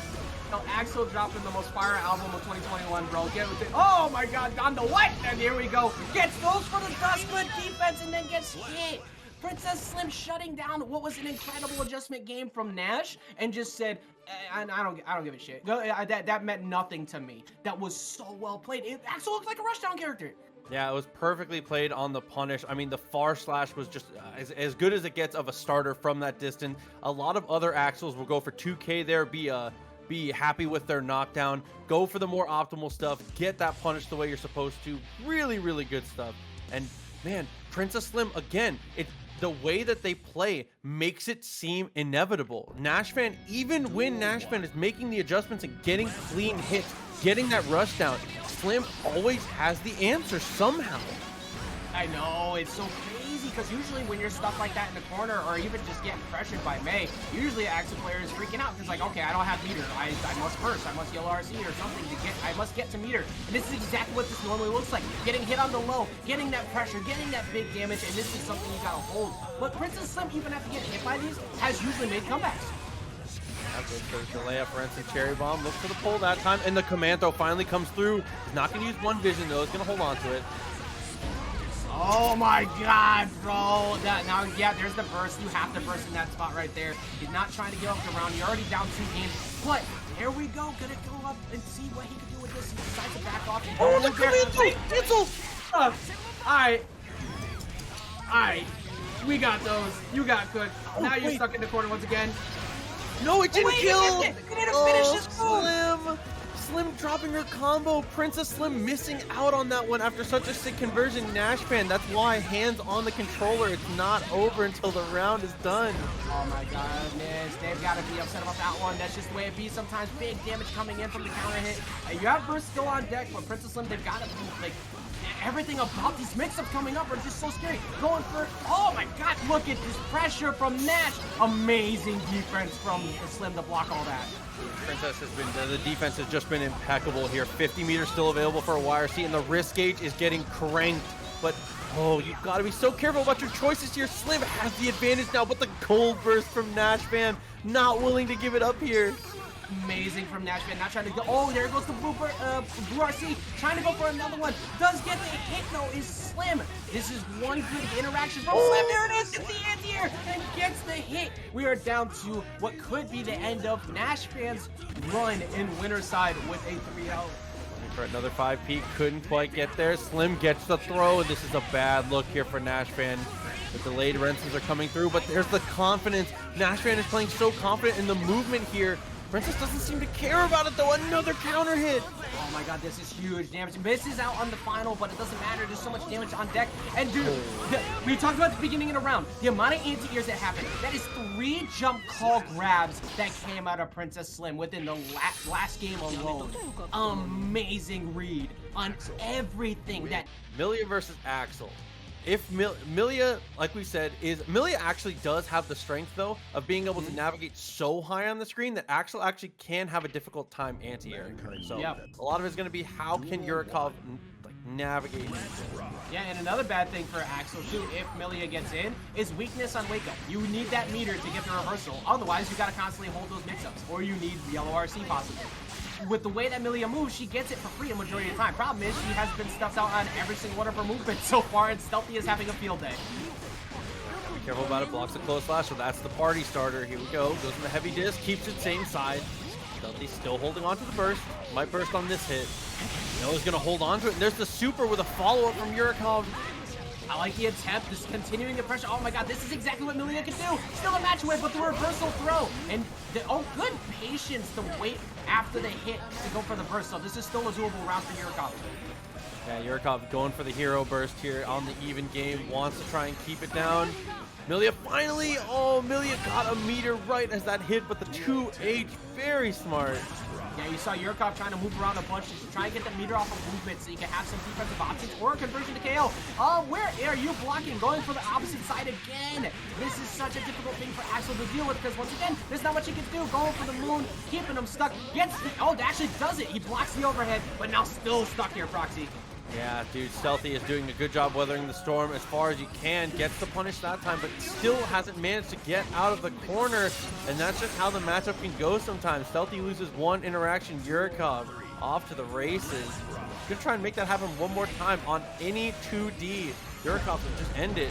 But there's a 2S and huge damage from Stealthy. Yeah, big anti-air right there as you continue to see Stealthy. It's not been too phased heavily by when Yuikov jumps around. It's after the grab. Speaking of grabs, it is going to be command grab. Big damage coming in. Gets the close out. It's not going to do the KO here, even after the wall break, but you have to pretty much burst on reaction. Goes for TK bomb. Around start is going to block the jump. Oh, blocks the charge D and then punishes with the standing slash. Stealthy. Not afraid of turning up the heat, man. I have to say, that seems to be a panic mix-up from Yuikov, because we saw that same thing happen with Nash in like game 2, where he decided to go for that at the very end to try and catch the heavy dust mix-up to try and maybe close the game out or bait a burst. Because of that, that now becomes something you're going to be looking for if you're Stealthy. It's like, oh, late game, you try to go for the burst instead of for the jump because you're afraid to get anti-aired. See if Stealthy can keep the momentum here, keep Yuikov off his pace. Doing a very good job so far. I mean, and that's what we were saying. Same thing as like with Princess Slim. The goal as the zoner player is to make it feel hopeless. And Stealthy is doing a great job here of just nullifying so many options from Yuikov. Yeah, exactly. He's literal opposite Triple H. It's time to not play the game. It's only my turn. And, I mean, granted, the way the WWE's been going, this is way better timeline to watch right now anyway. I'm gonna hold on to that one. Dude, good anti-air. Okay, looks for the 2H and gets the hit. Command throw is jumped, so Stealthy sitting on 50 meter can correct one error here with an RC if he so chooses. Oh my god, it gets the answer again. All I gotta say is, I guess at least one time throughout the night's gonna happen, and I'll probably get banned for this, but you gotta say at least once. I guess your daily was sucks. Now here we go, getting into the next game here. Yuikov currently holding a pretty decent L. Tom is probably like rolling over in his chair right now. He gets the grab, keeps the mix. Dude, okay, so he's able to jump over. Yuikov looking really good in this game. Stealthy still holding on to the burst, not willing to let it go. Not trying to give up the ghost on this one, but in the hair car into the super, absolutely gone. It was always my turn. It was always my turn, sir. What the hell did you think you were doing? Going into this third round here, so far, I mean, we're seeing some solid adjustments, but what do you want to see continued out of Yuikov to try and replicate that success we just saw in the last round? Really, it's just about getting the mix-ups going. I mean, it's so hard to actually get the hit against Axel, but again, every matchup is the same when they're on their back. You have to convert everything. Like that close slash right there. Those are opportunities that cannot be missed here. So with the burst off the table, Yuikov, the next hit will matter so much. Absolutely, especially going for the blue RC down. We've seen that mix up all night, going blue RC down, instant overhead. Nobody get the hit on that time. Stays same side, and Millia has burst, so he's in a significantly better position if he happens to get hit on counter hit. Okay, jumping slash, able to negate the disc here. Yurikov's going to try and look for the gold burst when he can, if possible, but no, Renson connects twice in a row, and the command throw, Stealthy, the conditioning. Amazing job by Stealthy at the very end there. It is super annoying when that happens, but you have to respect it every time. You're sitting there expecting that command throw at some point, get hit twice, then you decide to block, get hit by command throw. It is so difficult, especially when you want to go airborne, and Millia 100% wants to get back in. Stealthy ripped that game away, because honestly, I thought that was Yurikov's set to win, round to win that time. Yeah, if and another important note about Axel is if visually it is confusing to you, whether it's the command throw or the Renson, the audio cues for them are incredibly different. So there are a lot of ways to be able to know which one is coming. It's just about studying it up, right? That's the stuff that you have to practice in the lab. It's not all about combos. Sometimes it's about set the bot to do something random and react to it. 100% agree with what you just said too. And also, great job blocking a second ago. Granted, got hit again, but now where you got, oh my god, just jumps out of there with no respect whatsoever on Oki and keeps that burst safe. Immediately goes in and covers that to make sure he gets the wall break.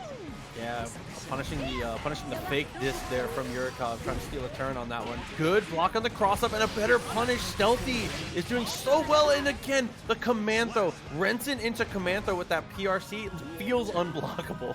It really does. You sit there, you get quick by it, and you can't do a damn thing about it. Oh, 6B again. These anti-airs are coming through. Millia usually a character that dodges people's 6B attempts all the time because you're sitting there getting confused when she's going to touch the ground. Gets throw, though. What's going to be the mix-up? I think if we see a single hit here, burst is coming. Yeah, that would be really, really crucial here. The counter hit, able to push through. Half the life gone from Yuikov, but he jumps the command throw this time and gets the knockdown, so party time begins. Gets the burst, and that's a counter hit. Plenty of meter. This should be a kill. It should be, especially with the superhero off-wall break. That should... Oh, no! Literal sliver of pixel left. You must get this hit. Oh, did that whip?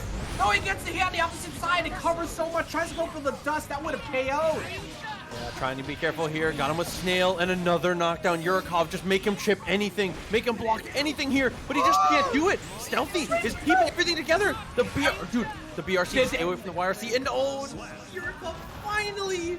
Insane scrambles at the end, bro. Insane. Literally maximum usage of the meters to make sure nobody got chipped, make sure nobody got grabbed after those grabs. Now we're seeing Millia continue to push him in the corner again. Yuikov has been looking good. Problem is at the late game, Stealthy's been being able to like get out of a lot of these fake mix-ups. That time gets hit though. Yeah, Stealthy is on potential set point here. Just needs really any touch to get the party started. Yuikov doing a good job of keeping it safe all the way through. Again, attacking from very high angles. If you're high enough, Axel cannot anti-air you. Oh, that's still meter on deck. That's a closeout of the round, and that is Yuikov getting himself back into the game with a perfect nonetheless against Axel. We were talking earlier about how nearly impossible it is to get the perfects on Axel all the time. But Millia, Mixmaster Machine, looking great in that round. Yeah, I mean, that is a statement. I mean, most of the neutral tools that I like that they both have the false bag, by the way. But most of the neutral tools that you see from Axel quite often just chip naturally. So the you have to have won the 99-second interaction and just played perfectly from there to get those perfects on Axel, man. That's a really, really big showing. Yeah, absolutely. And now we're seeing start off immediately trying to go skybound. Look at the punish you just took. You just took 40% and then on chip took 50. Gets called onto the jump again. Stealthy won 3 nooches in a row to go straight to 70% down already on Millia. Oh, look for the command though. Good jump back from Yuikov. Good block on the double overhead as well. Stealthy's defense has been holding up, but just a normal overhead into the cross up. Yuikov looking very strong here, breaking the wall with the super. This is such a huge advantage here. Absolutely, you got to keep that pressure up here. And now with both of them, look, I mean, the way that the dominance has been in favor of Stealthy when he gets a solid lead, yeah, honestly, normally I wouldn't agree with that, but the way that Stealthy's been playing, I think if Yuikov, you need to steal this round away. Yeah, I think Yuikov has been also bursting in those situations really, really well. Tries to keep it same side with the overhead, and Stealthy is going to hero it. And it does pay off. The command throw looked like a dropped combo. Ended up a reset there for Stealthy. Good presence of mind to sneak in the command. So scary at that point too, and gets the command throw. Continues, go for the mix-up, decides to stay on the same side. Keeps the pressure on though, and he's going to be looking for another one here. Oh, decides to go same side again. Stealthy's got to watch out. Oh, delays it. He's going to get the wall break. There we go from Yuikov. Running this game down. Actually misses the dash, but still gets the double overhead. So Yuikov on another perfect tier. Stealthy kind of getting put on notice, has to close this out. If we go to the last game, I think you gotta favor Yuikov in the momentum. I think so too. Like, that was a dominant round, and that is just like Millia can have those, but it's still so hard to do against a character who keeps you out. Gets the jump aerial, but gets hit on the opposite side. Now you gotta watch out. Where's he going? Delays it again, but that time blocks it. However, doesn't block the low, and then gets thrown. Okay, Stealthy. Oh, that same side has been so crucial here for Yuikov. Just the one overhead, looks for the super just to keep plus frames. I like it too because he staggered it. Oh, all right, bursting out. You have to in this situation. You need to take this round. There's no bursts available just yet on Yuikov. He's getting close, but if you can put massive damage, maybe you find that command throw. He can't really get it though. Gets the anti-air. That's Red RC that forces a side switch. Okay. Oh, went for the little OTG, just trying to do as much damage without breaking the wall, but now Yuikov has the burst. If you touch him anything... Oh. He got grabbed though. He got grabbed. If you were talking about it, you get touched with anything, you get out, but not the grab. That was incredibly well called out by Stealthy. In the hell, we got Mr. Dickinson coming up versus Jacko. We got a DLC match here with Coach Steve versus Jacko. I will say this right out. I have no idea how this matchup's gonna go. Okay, so the thing with Goldlewis Dickinson, if you've never seen him before, is this character is feast or famine. When he hits you, the round ends automatically, but getting the hit can be very tricky. If Jacko gets a couple of the goons lined up, it can be very difficult for Goldlewis to even exist in neutral. So it's going to be on Coach Steve. We need a big jump in, a big read. We need to show him what happens in this Behemoth Typhoon. my god, Just and like this that. Behemoth Typhoon off the rip, and oh my god, goes for the low one, keeps, look at that damage, already in the corner, goes for the overhead one, keeps the pressure up, this is how you do it, gets in on the other side because of the full swing, and this Behemoth Typhoon! And that is what I was saying. If Coach gets started, if Goldlewis touches you, the round just ends. Burst be damned, RC be damned. You cannot let him get to you. Absolutely insane. And that's one of the best ways to deal with the character who's set play based like Jacko. She's got to trip you up a bunch. You also have your drone. You don't even need it. He's just swinging, baby. He's just swinging, and Jacko can't do a damn thing about it. Let's go for the jump in. Good. Okay. Nitro starting to get that set play rolling. Very nice. The minions chasing after. And that's an important note here. Pulling a minion and jumping can actually improve the frame data on Jacko very heavily. Speaking of that minion, there's the drone coming in from Goldlewis as well. You have to respect that on approach. That's one of his few safe approach tools. Oh, good job getting the instant hit out there, because if you never RC there, you're getting hit by the back hit of Behemoth. There are two out. There is nowhere for Goldlewis to go. Oh, doesn't matter. Still gets with the Typhoon. He's going to use the rest of his security gauge to kill the meter from Nitro. Just had to FD not to get Chipp. And here comes the super. Is it close enough? Oh my god. Whiff punish? The whiff punish there from Coach? My man really decided that Leo wasn't doing it. So he just decided to come out here and smack some people up with the Behemoth Typhoon. Absolutely crazy. That whiff punish was something else. This is a character that Coach Steve plays quite often on his own stream. Is very well practiced in the character. Dude, seeing the way that he's making this work, especially against Jacko and a player like Nitro even. I mean, these are two homies, obviously. Both playing, like we said, playing in on the DLC matchup.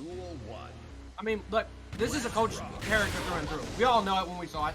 And now immediately starting up the round trade with that. You know what? Don't let Jacko get those minions set up. Put your own drone out there. Try and get that security level up as it's continuing to climb here. This is going to be pretty rough for Nitro to deal throughout the match. Look how far that bar already is.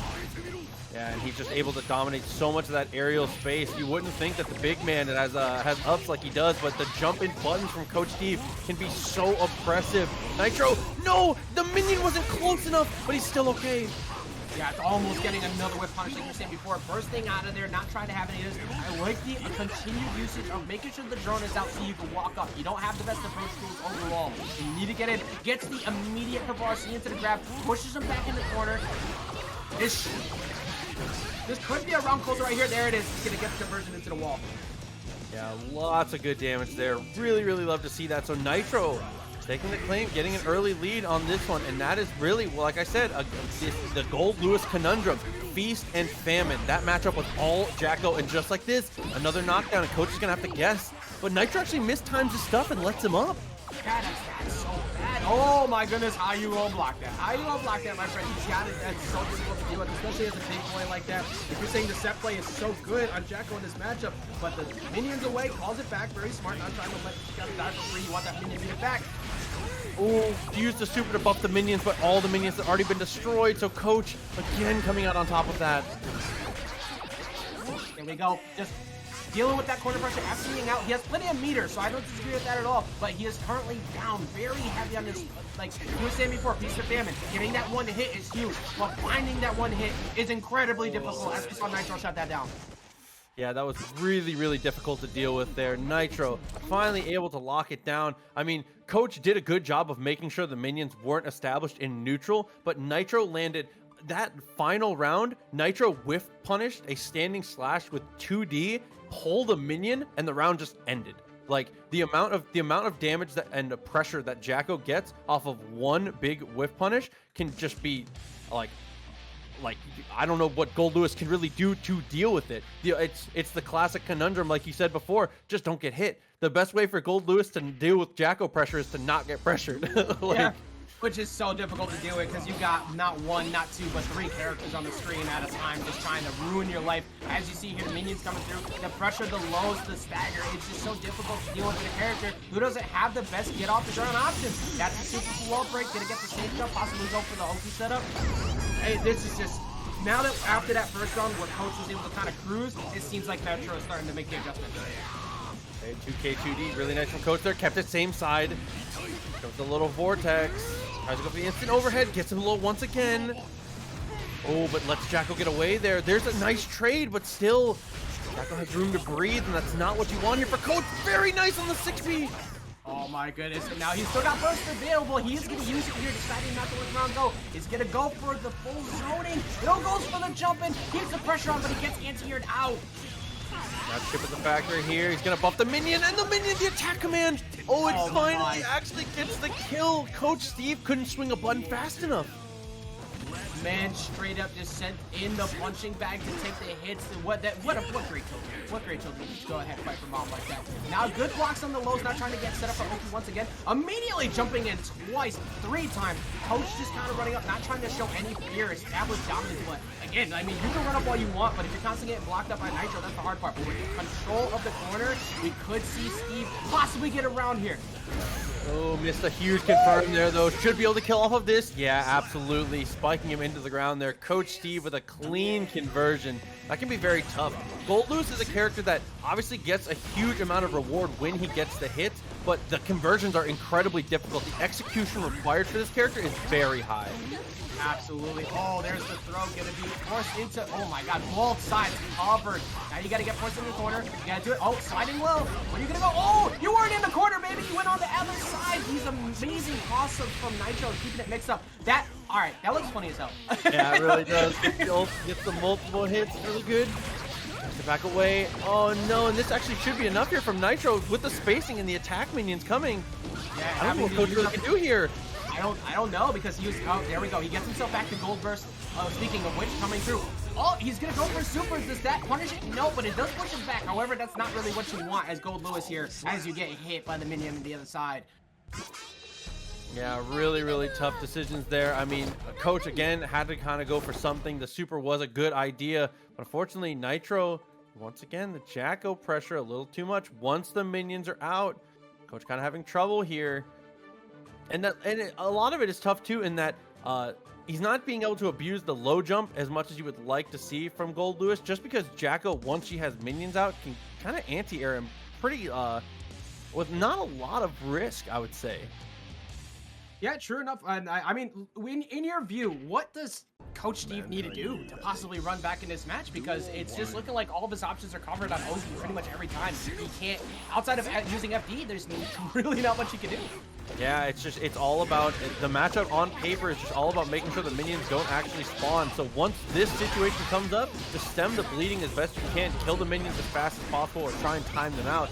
But it's mostly about, just like that, breaking the minions as they come out. But even then, how can you deal with Jacko herself? Yeah, and you only have so much LRC to use throughout the set to be able to break those minions on Wake Up. And now he's going to use Red RC to get in. He's got a decent amount of conversion that he can get for this. Tries to bait the burst, but instead decides to go for it. Anyways, good job getting out of there. Now he's forced in his corner, and you already know how bad this is going to be. Yeah.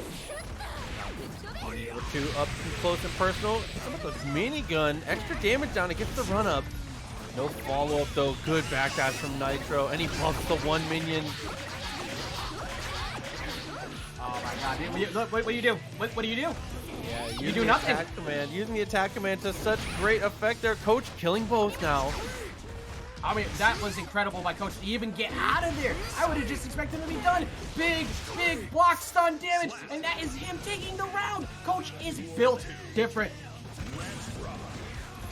Okay.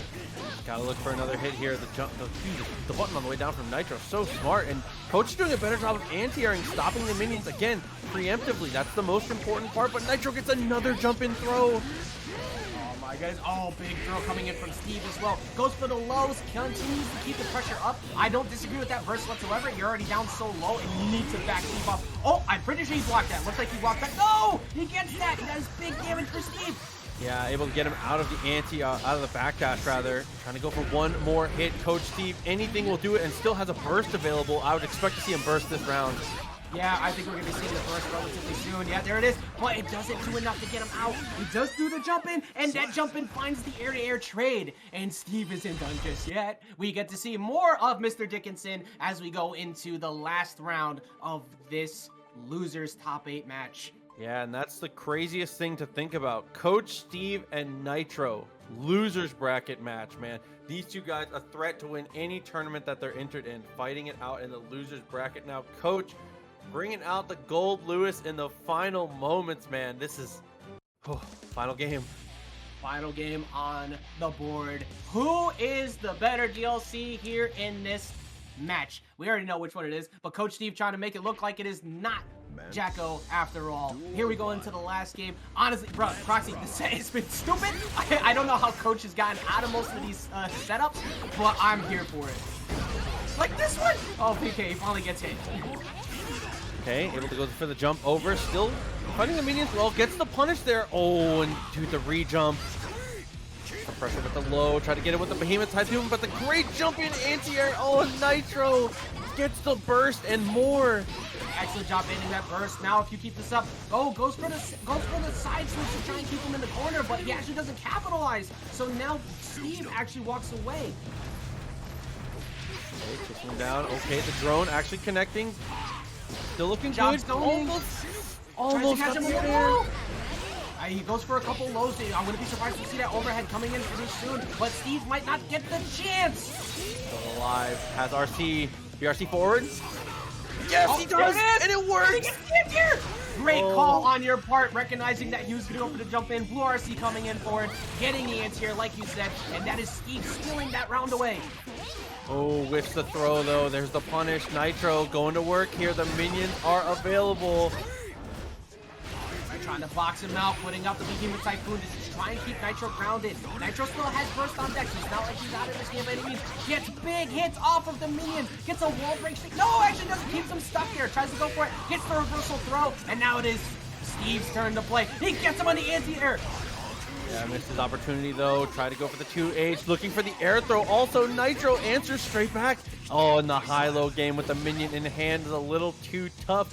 Final round going into game 5. Both with burst on deck. We could see someone go for all the meter. I think we're going to hold on to the pressure. Steve's probably going to be bursting pretty soon. Good job to staying still, but he gets caught. Does get walked to the corner. I agree. Burst out of there. Get that minion up. You have plenty of meter now because of that. Let's see what he can do with it. Okay, so looking to get aggressive. Security meter a little above half here. What more can you really get? Okay, goes for the jump in 6P, and he converts it off of it because of the minion. Gets hit by the low. You have to watch out for the high-low mix-up again. But this is, like you said before, this is by no means whatsoever not undoable for Steve because, if he gets hit like that, though, it will be. Oh, no. And he had the meter. He has Steve floating 200 meter here, but the minions actually win it out. Nitro. Oh, it's really, really tough. Coach Steve putting up a great fight, but Nitro showing why the matchup can be so difficult. He's in a bad spot at that end. But now we're going to be seeing a matchup we've seen quite a bit tonight. We're going to be seeing the Axles come up for another Ditto. It's going to be high-speed rock, paper, scissors here. Okay, getting in with the Renson early. As we said before, the most important thing about this matchup is there's a triangle of moves that beat each other. Oh, Stealthy said, my turn with the brain cell, dog. Mom said it's my turn. Looking close to it.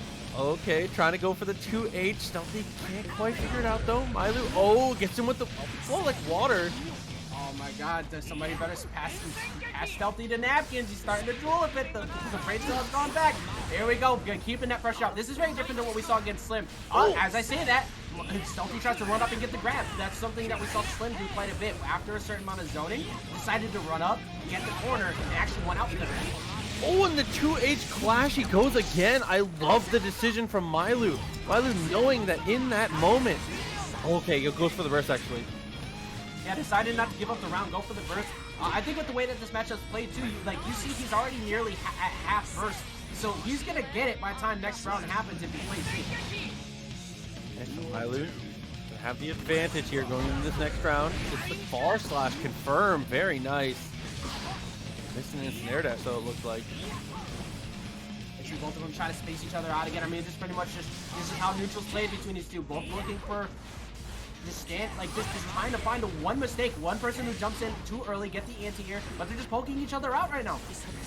Okay, go for the dash up. Try to go for the throw. Stealthy already in the air. Still not having the life lead though. Myloo has the advantage. Even with the risk gauge so high, you gotta favor Myloo here. Doesn't need. Oh, I was gonna say doesn't feel the pressure to have to do anything, but getting closer and closer. Yeah, trying to go for jump back S, and I mean, we have one bar of tension available for Myloo, so he does have the ability to break things off not only on the burst side, but to convert into some damage, which is starting to slowly rack up. He's getting quite a few hits. The command grab is pretty much on deck soon. He finally gets hit again, but he decides to go for purple RC. He doesn't move in close enough. Yeah, I like the FD break attempt there from Myloo. That's old thing for sure. Try to go for the bomber to keep momentum. He couldn't get far enough. Maybe canceled it too early. Oh, I liked the idea from Stealthy so much. So he went for super jump, and then you see that bomber come out. If he PRCs at the correct time, it will launch him across the screen. So it was just trying to use that to cancel momentum to get across the screen, but couldn't quite get the right timing. Doing it that late gets you a little bit slow. So unfortunately, there was an anti-air waiting for him.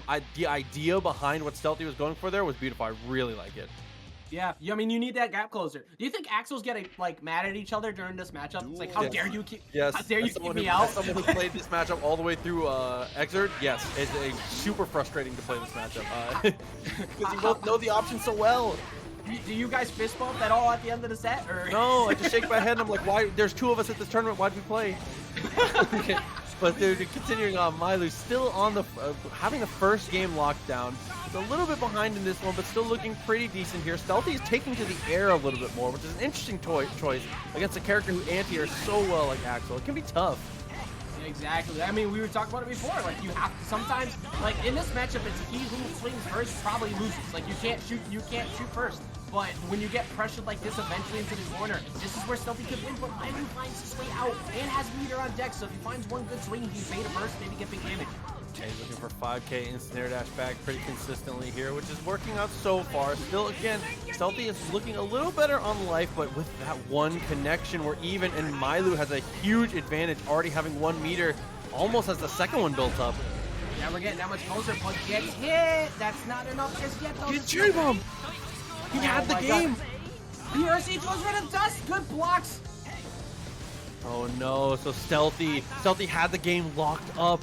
Just any touch will do it now for either player. Gotta be careful of the rents in. Look, oh, good jump. Nothing good to jump. go. Get away. No, that's danger, but he finally finds the hit. You saw Stealthy starting to get into a very, very precarious situation where he couldn't overcommit because Myloo's throwing out a lot of anti-airs, but he ends up closing up around. Hey, go for the pull there, Myloo. 9 on rounds, like you said, but still head in the game here and still having the burst available. It's really strong. It's another counter hit. Nickel and Dime is adding up, but we need to find this in chunks, man. This long-range gameplay, not being able to find full confirms, makes it a little too grindy. You've got to look for those big hits. Exactly. It's all about getting the right call over and over again. You were saying it before. It's a very difficult game of rock, paper, scissors because you can't expect to get a big counter hit like this most of the time, but you do get it. And he's going to probably have to burst in this situation. Oh, he's going to just let it rock. And he goes all the way back. He holds on to it for another interaction. He does have a round up, so he's going to be willing to check out on this one. He got caught. Going to the next one. Yeah, first touch of potentially seeing a gold burst here, depending on the situation. Good jump back there from Myloo, taking an early advantage here. I mean, being the Axel with the life lead takes a lot of pressure off your shoulders. You don't feel like you need to commit to things. And one of the hard things about Axel is that everything he does is a commitment. So playing against each other, having the full screen ways to punish can be so difficult to know when to swing. True enough, you gotta make sure you don't pull the trigger too much, but Stealthy is currently pulling the trigger at the right time. Gets counter hit though. You're not really gonna do much about that far away, so you gotta hold on to this mix now in the corner. He has first, he has yellow RC, decides to gold burst when he's out. He's got the meter to play with. He brings the command grab. He's probably gonna bait the burst out. No, he just lets it rock. One Vision almost gets the whiff punish. That was very, very close. So that's spent. Both players 50 meter available. Next hit will kill, depending on just really depends on the touch here. Both having RC available and One Vision. That should be enough to kill. Oh yeah, he gets a PRC. He gets in. He converts. I was gonna say that looked like it was in favor of Stealthy because of positioning he had where Myloo was up against the corner. But positioning doesn't really matter that much in this matchup because you could convert full screen anyways. And yeah, Myloo I mean, moving up too.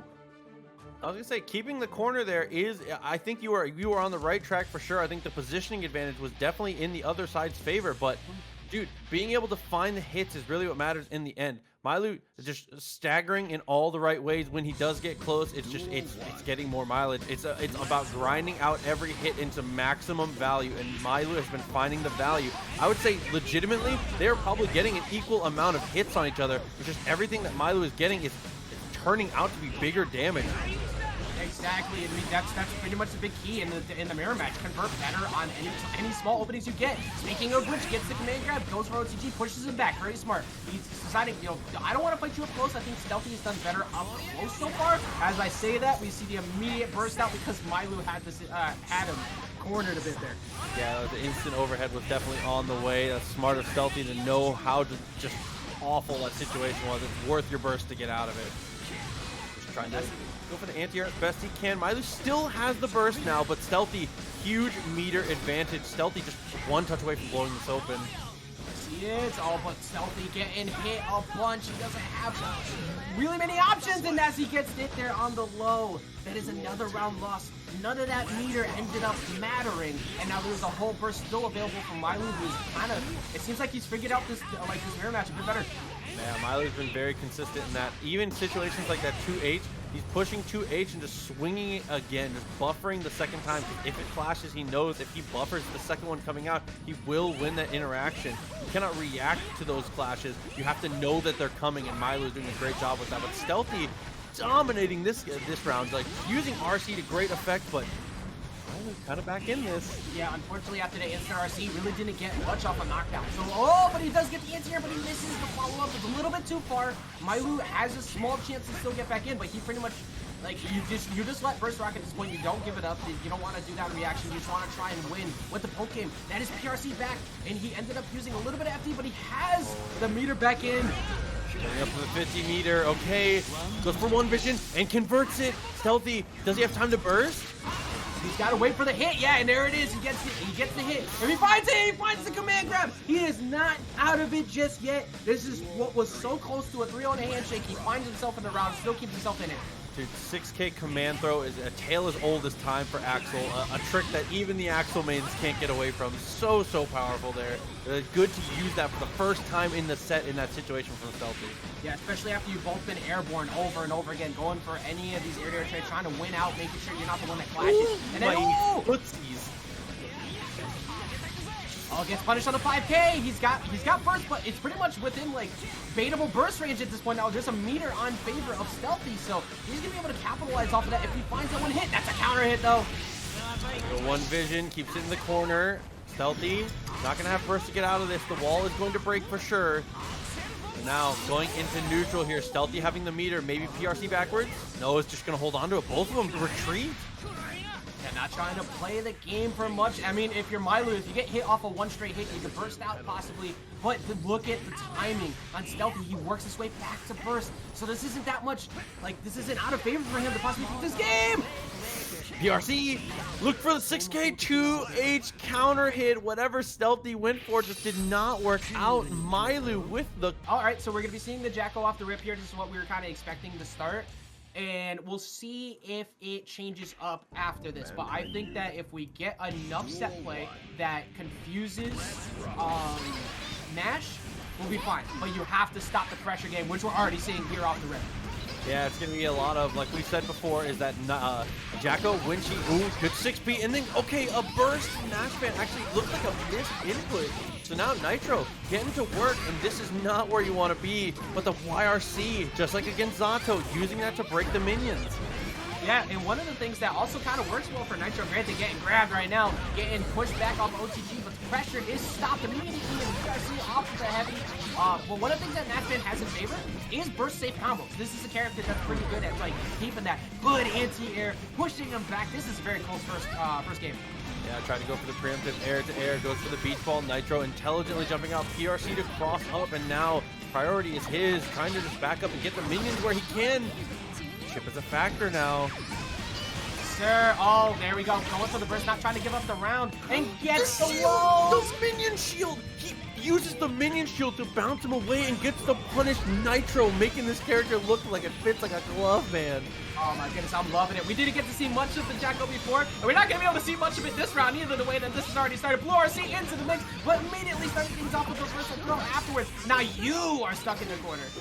Okay, trying to go for this. Dolphin pressure still looking really good. Almost gets there. Oh no, the low, and then the follow-up with the minions. Dude, Nitro gets the wall break, full meter. Yeah, One good mix here. This could lead to super. You need to find it, though. You need to make sure that there's no burst that comes out of Nash. This is a round up. This is a lot of pressure here from the minions. Backing up, looking for a counter hit, trying to bait something out. Maybe a throw. Maybe, like, oh, Totugeki riding right through the poor child. Oh, there's a follow-up though, and buffs the minions. Had to go for the burst there. NASHFAN kind of in trouble. Uses the BRC, but the 5P actually knocks him to the ground. Good tech. Nitro still sitting on burst, and he's going to use it. The hero burst, and it does not work out. I'm sorry, I thought Kai wasn't on the screen. Out here looking like Stun Dipper run up. Just get in the low. And speaking of starting things off with the low, trying to go for a couple cross-ups to start things off, smacking the minion away. This is an incredibly close first game, first set we have here. So he's keeping that pressure back, trying to call out in air. There you find it. Maximum conversion. Now you got to respect the plus frames. Yeah, 5K, just a perfect way to extend that. Gets the trade, looks for the up dolphin afterwards. Has RC. Oh my god, what a dominant round from Nash. What a dominant round that was from Nash. As soon as he got pressure, didn't let off. Kind of like the fact that we're going to show some shout outs to Yuikov, who dropped a 9 raid to the chat. Great run tonight. Was happy to see your Millia. Looking forward to seeing it again next time. Yeah, huge shouts to Yuikov. Really been doing well in all the tournaments they've been in, man. I really hope you're doing well, and I hope you had a good stream, but continuing forward, man. NASHFAN, even though he got the first game, Nitro was looking very strong on the Jacko. I'm excited to see him continue to play it. I think it is the right call here. I agree. I think that it looks incredible, and this kind of plays into that factor we said before. Possible matchup with familiarity. Like, you're definitely going to be looking for set play all the time, but you're not going to be looking for that throw. Not going to match. Here comes the wall bounce off the minions, keeping that pressure up. It's another throw. Nash is getting mixed. Oh, but the Totugeki actually able to break out. So even with the counter hit here, Jacko's go in, uses the kick. He's doing a good job of keeping pressure up, but that minion actually expires, and now SneedChungus taking control here. Another throw. Oh my god, this rebound gameplay from Nitro looking better than Shaq, but then gets caught on the low burst save strings once again. So easy to bait out burst off of that low, and now you just die here. Yeah, the super to follow up is certainly enough to kill Nitro. Taking that first round down, I mean, NASHFAN has to be more careful here. Got locked down in the corner one time off of one counter hit, and after that, there's not a lot else to do about it. That's the thing with Jacko's strength, man. It's like, it's not about the massive combos, it's about her constant reset. Speaking of, oh my god, we got those. Gets the wall bounce, the serve off the minion right into the wall bounce. Okay, looking for counter hits here. NASHFAN abusing those plus frames. Good jump backwards. Ooh, and then the trade. Very nice. Somebody just pointed out something. What happened to her mask? I'll explain that after the game. You can make the mask come off. I'll explain. Okay, I was gonna say, I thought that would come with the what's happening here? Okay, nice try again. Goes for the run up and actually throws the backdash. Oh, this is when Nitro survives. Oh my goodness, about to steal the round away after what was an incredible start. I don't disagree with that BRC back whatsoever. Get away from pressure. Yeah, with RC, dude, the minion pressure is big, but he's FD's all of it. NASHFAN still has positive bonus. That was so smart by Nitro to get all of that FD gone. Look at all the minions gone. Now, granted, burst is on deck. Sometimes you just dolphin. Yeah, that was a really good choice there.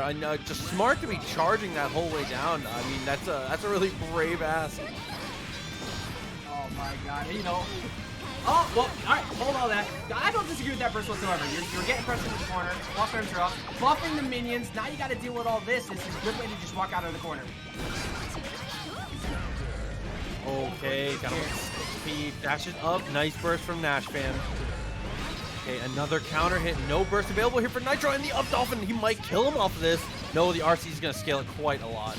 Yeah, that's massive. Oh, you know what? I don't disagree with that, because look at the mix. You got clapped like he doesn't finish his food. Or you could just run around and throw that anchor freely. You are not jumping out of the corner, my friend. Even with all that meter in favor of Nitro, couldn't get away. And that is 2 games up on NASHFAN.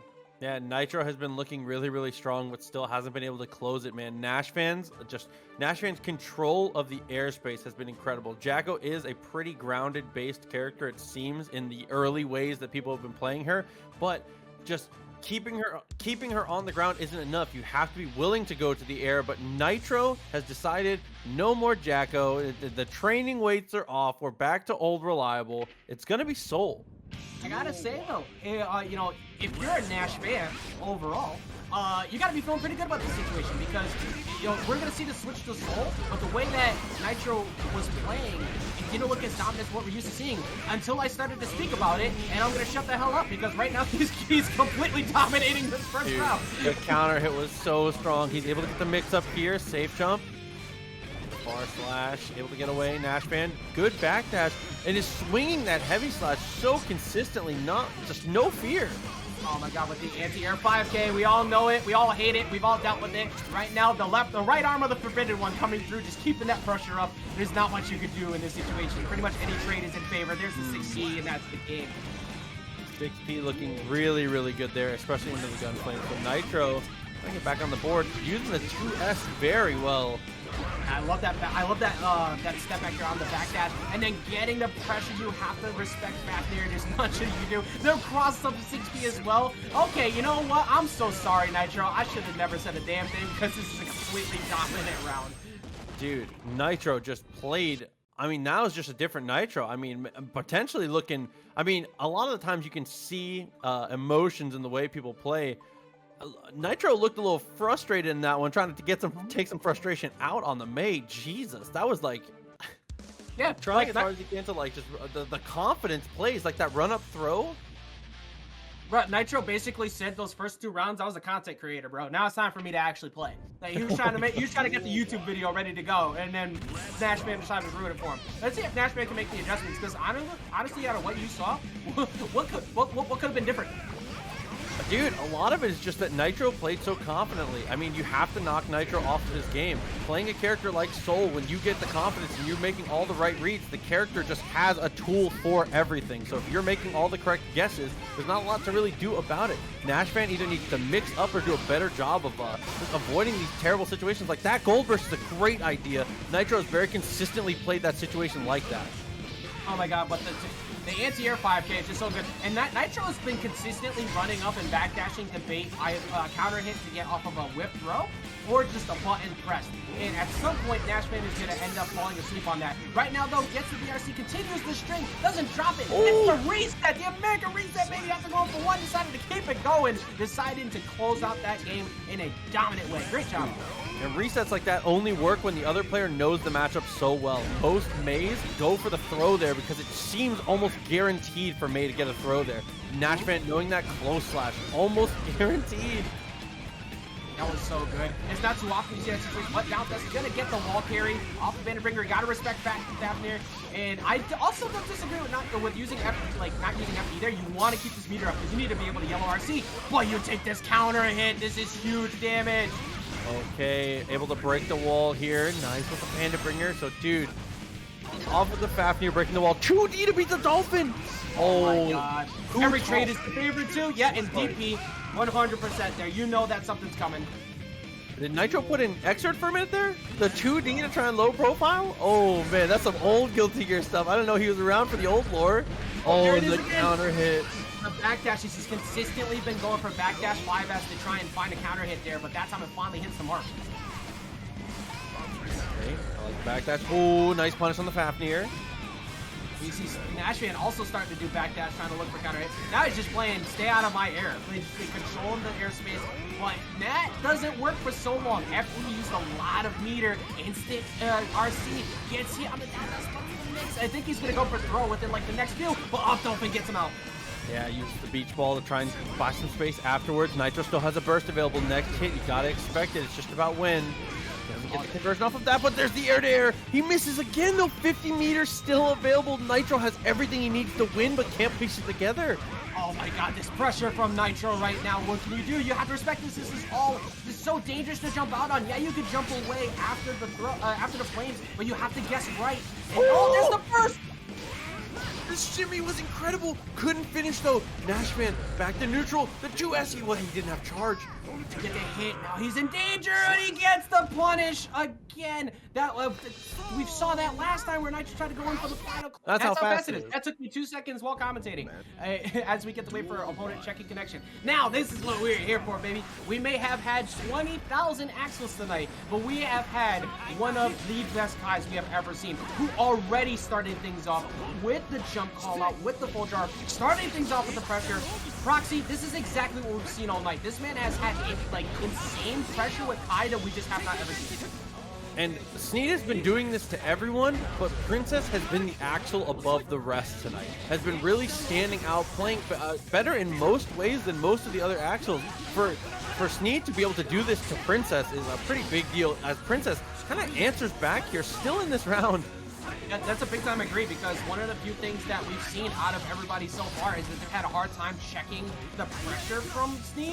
What Slim has also shut down literally everybody, and also fights very well in the corner with the character not built for that. So look at this counterplay. After that early pressure game, Slim has actually gotten himself back in this game. Yeah, and I like from Slim early, going for the command throw quite often, just representing it. You've got to plant that seed early. Looking for the 2P, goes for the 5K. Good from Sneed to just be cautious to block, but the jumping S. First round. Very smart. Very smart. You just saw Sneed go for a few empty jump attempts, trying to go for maybe a stagger 2P into throw or something there. Good throw break. You have to be throw breaking that all the time. That's usually what happens. But the stagger has been so good. There's the plus frames. Don't try to challenge that. Okay, he's gonna go for the burst there. Doesn't want to hold the pressure from the heavy fireball. Gets the juggle on the counter hit. Sneed a rip of damage there into the command throw. We have one vision, but Princess Slim is gonna hold on to it. Yeah, not even gonna try to go for it, just winning outright, trying to keep, maybe try to keep yellow RC for the potential like removal, but doesn't even need to care that much. Finds the down dust though, gets the dire clot, finds the throw, stun is still on, instant RC to make sure that you get that wall break right away. Now tension's coming back up, low RC, good break. Yeah, really good attempt there. I like Princess trying to turn up the heat though, and oh no! I think that was an execution error there from Sneed. I really don't think that run up 6K was what he was looking for there. It looked like 6P. If it was 6K, yeah, that was 100% an execution error. Yeah. Either way, even go for run up 6P right there. If you don't get the trade-off, you lose there.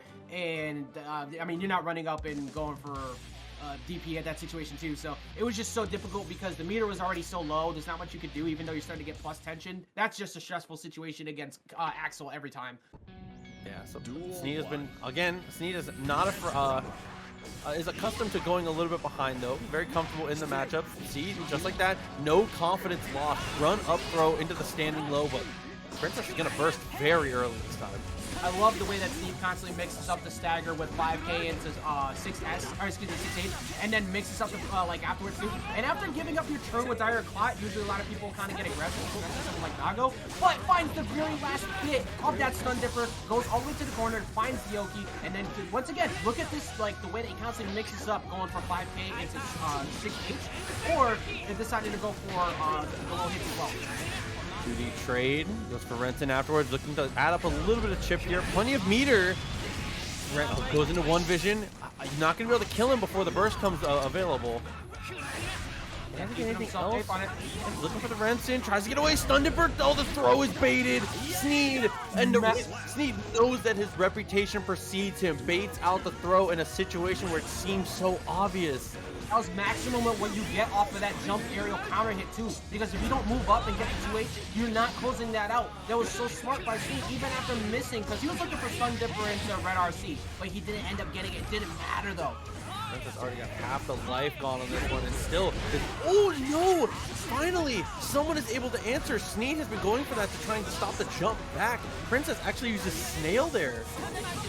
Exactly, you said it correctly. Everybody has not been checking Culture Arc all night. And that time, gonna get caught in the lows, keeping himself in the round. No burst has been spec. This is still an incredibly close game.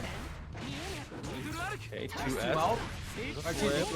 Yeah, looking really good. Good counter hit to stop the fireball. Gonna get anything to follow up. Here comes the Renson, and yeah, just gets the side switch. It's worth getting 6P just to get out of the corner. I 100% agree. If you don't get anything out of that, oh, instant RC to get them, like, good cash out. Keeping them stuck in the corner, there's not much you can do. You can't stun dipper in that situation to close the gap. It doesn't matter if you have meter on deck or not. If you try to jump too much, you're gonna get smacked away. Princess Slim has been the only person so far amongst the Axels, like you were saying, a cut above the rest all night, to actually show that Sneed has some form of weakness in this matchup. Yeah, it's looking for 2H in really, really interesting places too. I mean, like, Princess is standing at perfect distances to swing out the 2H. Sneed has been going for the super in a lot of those situations, but Princess had plenty of life to give, still had burst, had a really good opportunity there. That was a really nice percentage play on the 2H twice in a row there. Yeah, and then immediately starting things off, just trying to keep him grounded, keep him back, try to go for a couple lows to check him, get the down dust to back off. And this is how the matchup normally goes. This is keeping Kai out at a distance, continuously checking him. Even with things like 2L with a decent amount of distance, or the new now buffed bar slash, it doesn't matter too much because you just keep getting checked and you get so far away from action you can't do anything. Good attempts though from the Kai. Mr. Sneed doing well to swing in places to interrupt things like Princess is trying to get greedy with Renson now, but oh, a little bit of an overextension. He's gonna break the wall here potentially. No, a drop. And just ends up getting the drop, but still converts afterwards. Trying to go for the immediate stun dipper. This is the only person again who has not only not been punished by that super, but constantly calling it out and punishing Sneed for it. Yeah, I was gonna say Sneed is starting to get starting to lose out on a lot of the things that has been making him the most money tonight. Princess bursting early once again. Any connection on Princess, she has bursted so quickly. Yeah, she's doing an incredible job backing off. Goes for the pressure up close. Soldier Arch was positive in that situation. Immediate RC to get the wall break. Dire spot to get the stun state. Okay, 50 meter. BRC forward. Oh, but this time Sneed had already buffered the throw. Gets the advantage and is able to get the kill off the 2D. Amazing by Sneed, not giving up. Sneed has just been so confident. Like, once Sneed gets in, again, we were talking about how this character is not necessarily the best overall pressure character. Sneed has been making him look like it, but getting command grab, not the way to start off things. Yeah, dude, Princess just a couple interactions away. 50 meter available. If we go one vision, okay, threatens it. Cannot throw fireballs like that. Oh, he air throws it! Oh no, that might be the exclamation mark on this one. Princess, what a call out on the air throw. We were talking about this with NASHFAN too. Once you start calling out someone's jumps like that as Axel and then tries to go for the stagger, Slim knew. No. I know you're gonna do something else stupid after that. I'm gonna possibly. Being a player the caliber of NASHFAN and playing the game as much as NASHFAN does, obviously understands the concepts of the matchup. It's more about executing correctly. So it's gonna come down to the micro interactions that he knows that I know type of stuff. Myloo starting off really strong with the far slash, knowing that, again, NASHFAN loves to start with that standing heavy. The frame data on Axel's button's a little too good. My God. It's just already not only baiting burst, but the amount of FP that he's got to use. There's no meter for that. He hasn't had a single bit because he keeps jumping in using FP to try and approach, and he gets hit. This is where May makes some money though. However, that perfect FD to get backed off and not take anything, and even beating up Totsugeki. Okay.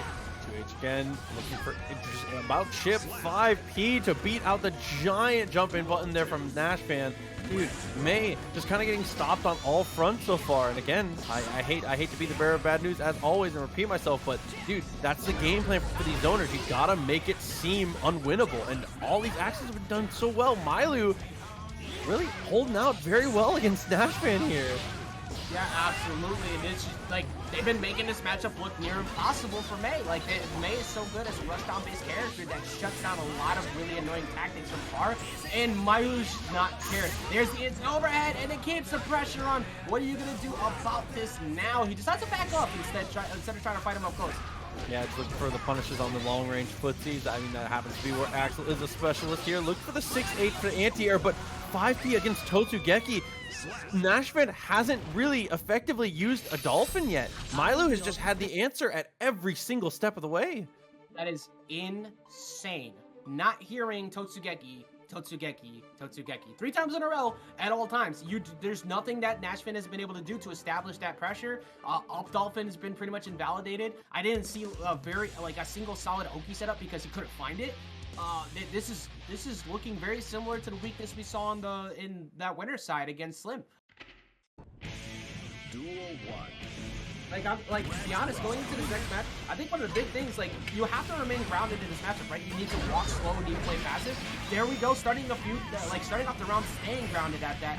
But you have to consistently keep Myloo pushed back. I think you possibly don't even go for wall break on some of these spots just to keep him in the corner. Like so, but he's gonna go for, oh, there you go, plus frames, keeps him going. This is how you win the matchup. SneedChungus is getting big damage. Yeah, looking much better in these situations, doing a good job of just staying established in the pressure, getting close and not letting up.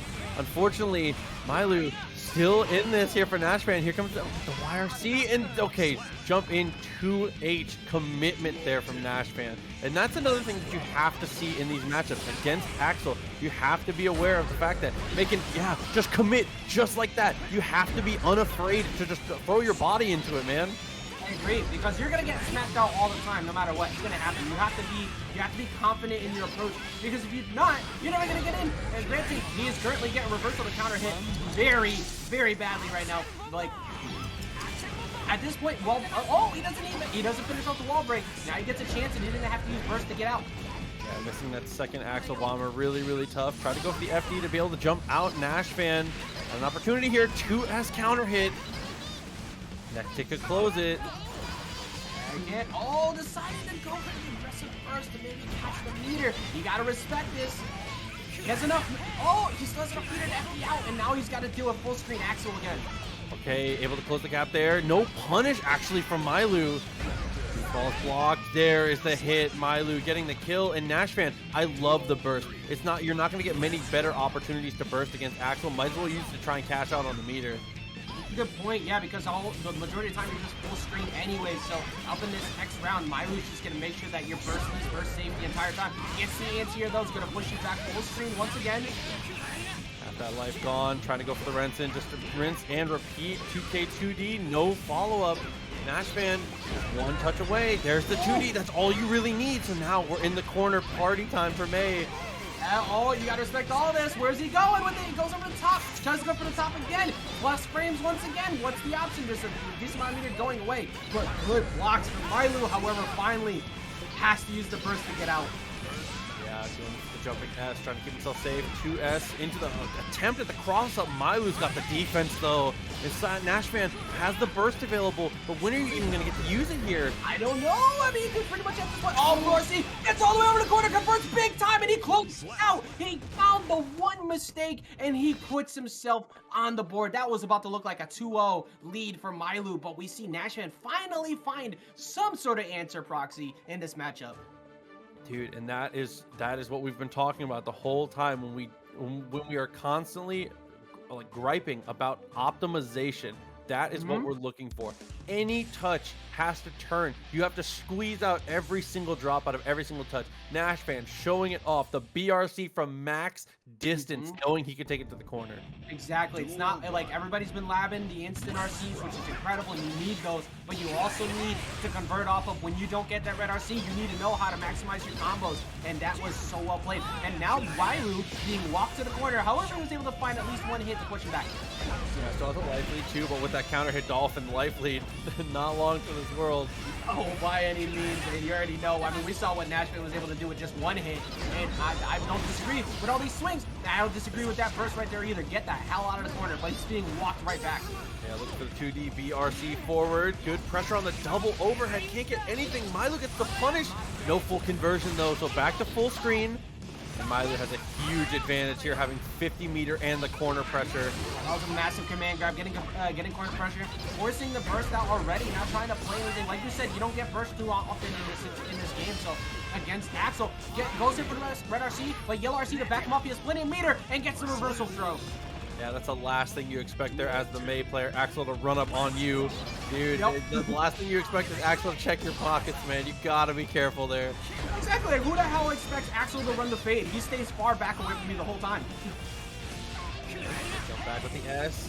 Going down, still taking more damage. SneedChungus, here's the counter hit, here's the knockdown. Gotta extend this. 5D from max distance, no punish. I like the attempt there. He hasn't really gone for that at all this set between you two. But good defense from Myloo. However, he's going to take big damage. That's red RC. That's a wall breaking. No, inside. It goes for his Oki setup instead. Goes for the jump in, and he finds the hits, but he has a pixel left. Yeah, trying to get individual hits to not let the burst be active. There's the hit from SneedChungus, evening it up. Myloo, intelligent to save that burst. Gotta have it for this round. Expect burst on the first hit.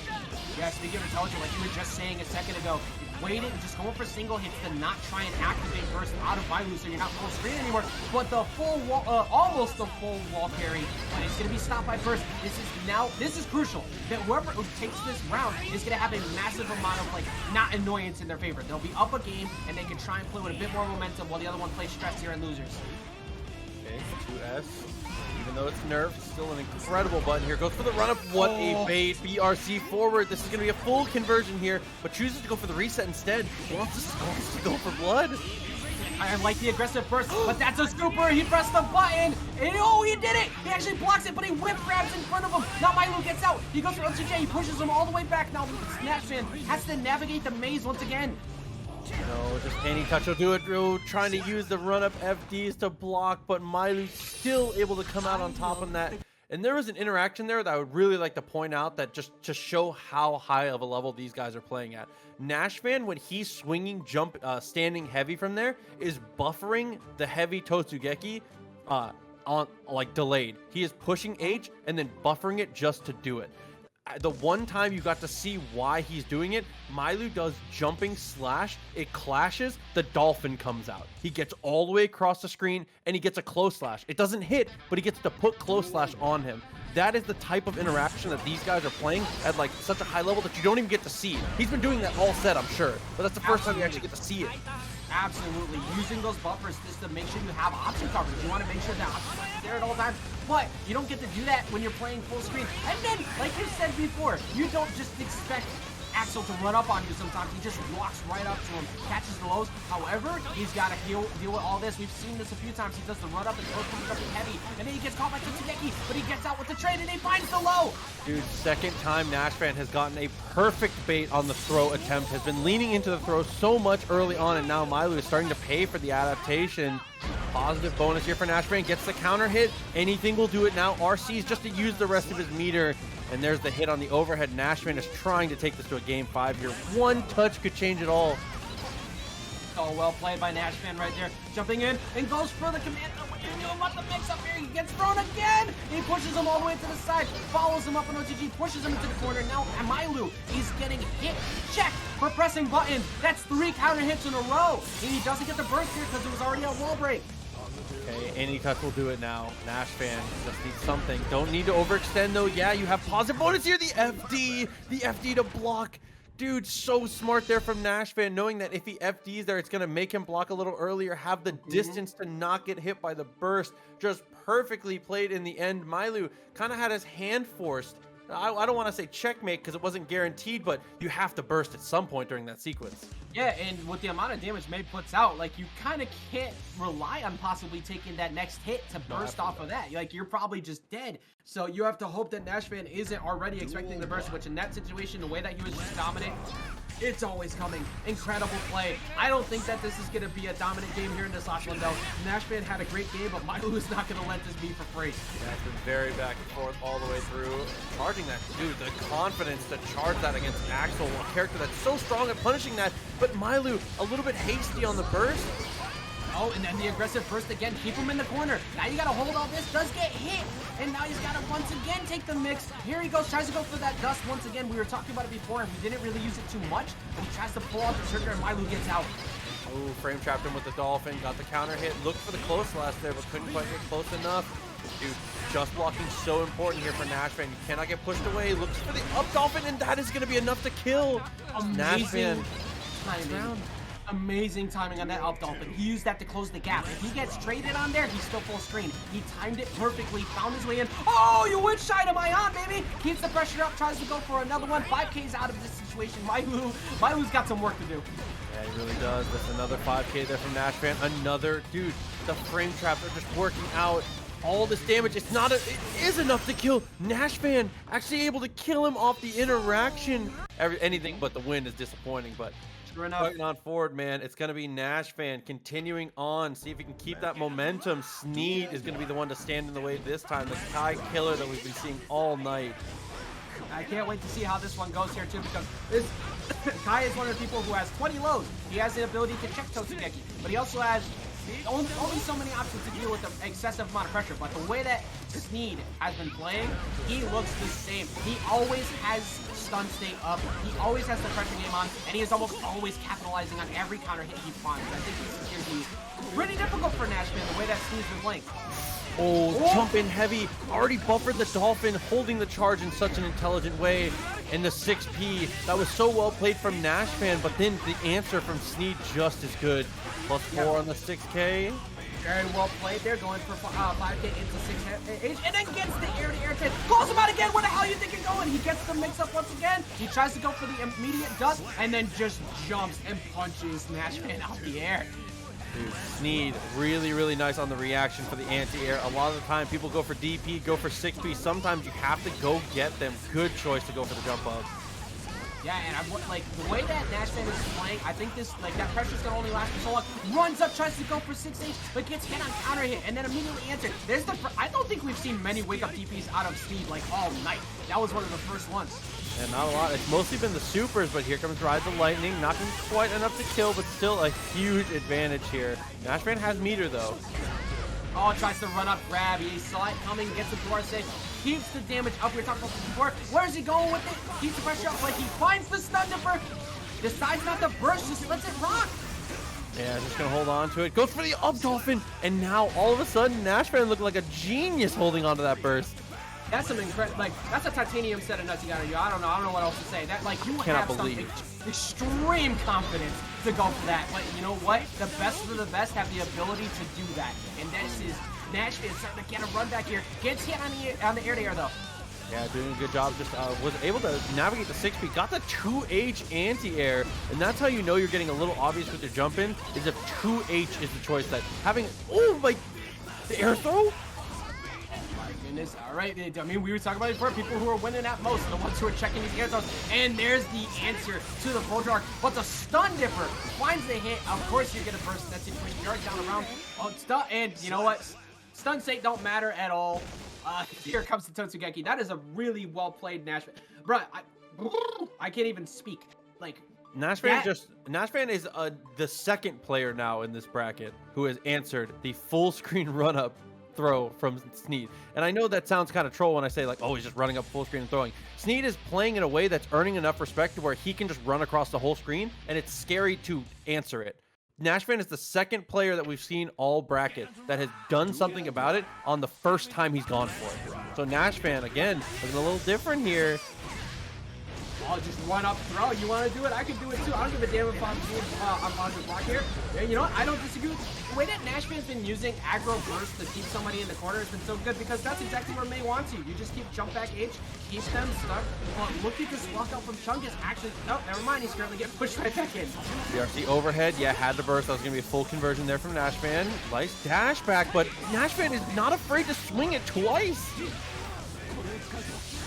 Absolutely pushes him all the way to the corner. You have to respect that, my friend. The frame trap's coming through, going for positive, but like you were saying before, FD is one of the best ways to get away from Kai. Oh, he almost converts off of that too. That was almost a 2H conversion into Volta Arc.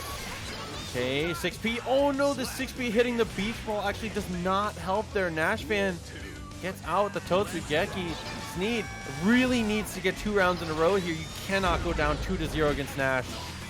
Oh my goodness, yeah, you're right. That's the last thing you want, especially against May in general. This is one of the characters who capitalizes on stressful aggro gameplay more than almost anybody else. He just makes you pay for rushing in too much. And we're seeing, like, these 6Ps, these pokes, the RS, like, they're good. What? NASHFAN doesn't need a move.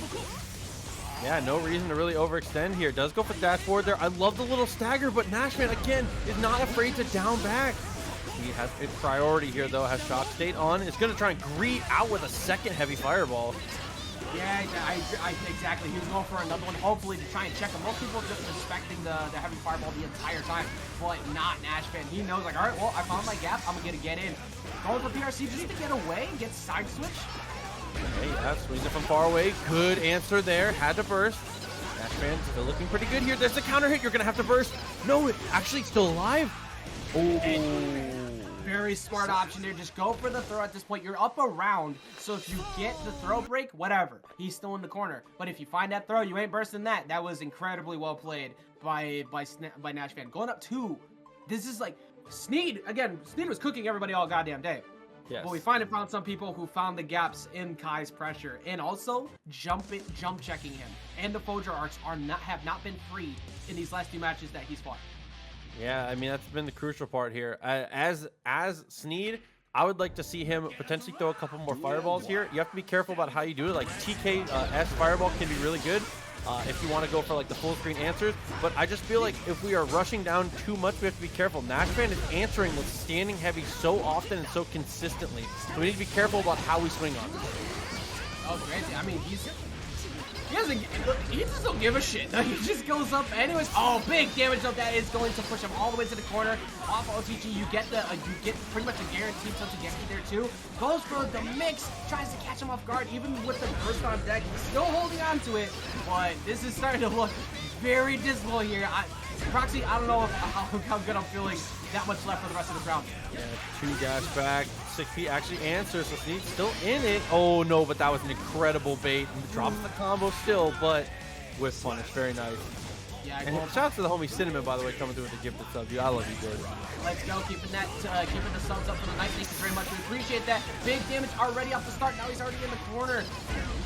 Okay, up Dolphin actually gets the counter hit. Another counter hit. Oh man, and that's what I was saying. NASHFAN is doing such a great job in grounded neutral. You have to be careful about how you approach him here. Sneed, you know where your strength is, and it cannot be there. Oh, and he gets side switched now too. He might. Oh, it doesn't get the wall break at the end of it, but with this much, this is pretty much done deal. It's 1 chip away. You can FD all you want. He's just gonna keep throwing those dolphins at you. That is a 3-0 handshake. We saw so many close games tonight, and now we've just been seeing nothing but 30s recently. Of grand finals, we've had an incredible night all the way through. We are approaching the 11th hour, but let's see who's the one to take the dub of TNS Strive PC number 14. As we start things off, Proxy, we got SoSickNASHFAN versus Princess Flip. Dude, and Princess early on the command throw is looking really, really strong. Actually gets the burst out of NASHFAN. Good on Nash to use the burst in that way, actually getting some mileage out of it and getting a huge punish. The aggressive buttons there from Slim as well to just try to box themselves out of the corner, and they do so. This is one of the people who, like, is definitely going to be a big issue in terms of, we saw the adjustments from NASHFAN against I forgot who it was a second ago. We saw the adjustments a second ago, but like it's not gonna be the same here against Princess Slim. That and Princess is using every single button incredibly well. Rare sighting of actual 6P being very useful. Actually, not a button that you see very often. He has much better anti-airs in his arsenal, but still finding a way to place it. I agree. Like pretty much everything he has is just an anti-air at this point. And now with all these checks, this approach, this is one of the things we saw that was an issue before. Constantly making sure that those empty jump-ins mean nothing. But finally finds him looking for the counter hit as we see it there. Get a capitalized big because you get the red RC right at the last second. That's the round. And that's a bad mash from Princess. It's hard to say anything else about it. Once you're in the corner like that NASHFAN has represented, they are just going to push the standing heavy, and it's just more what are you going to do about it? And then off of this trade, where is your life bar? What the hell were you doing? Like you were saying, like these reckless buttons, and speaking of buttons that are really good, positive frame, trying to go for the overhead, mixes up into the low, goes for up dolphins, not once but twice. That was a dominant round there for SoSickNASHFAN. Dude, yeah, I mean that's really textbook way for May to make that work, going for the aggressive stuff, dude. And the only thing really missing from the menu there was the command throw. Never even really needed to mix in the command throw. Standing heavy was more than enough.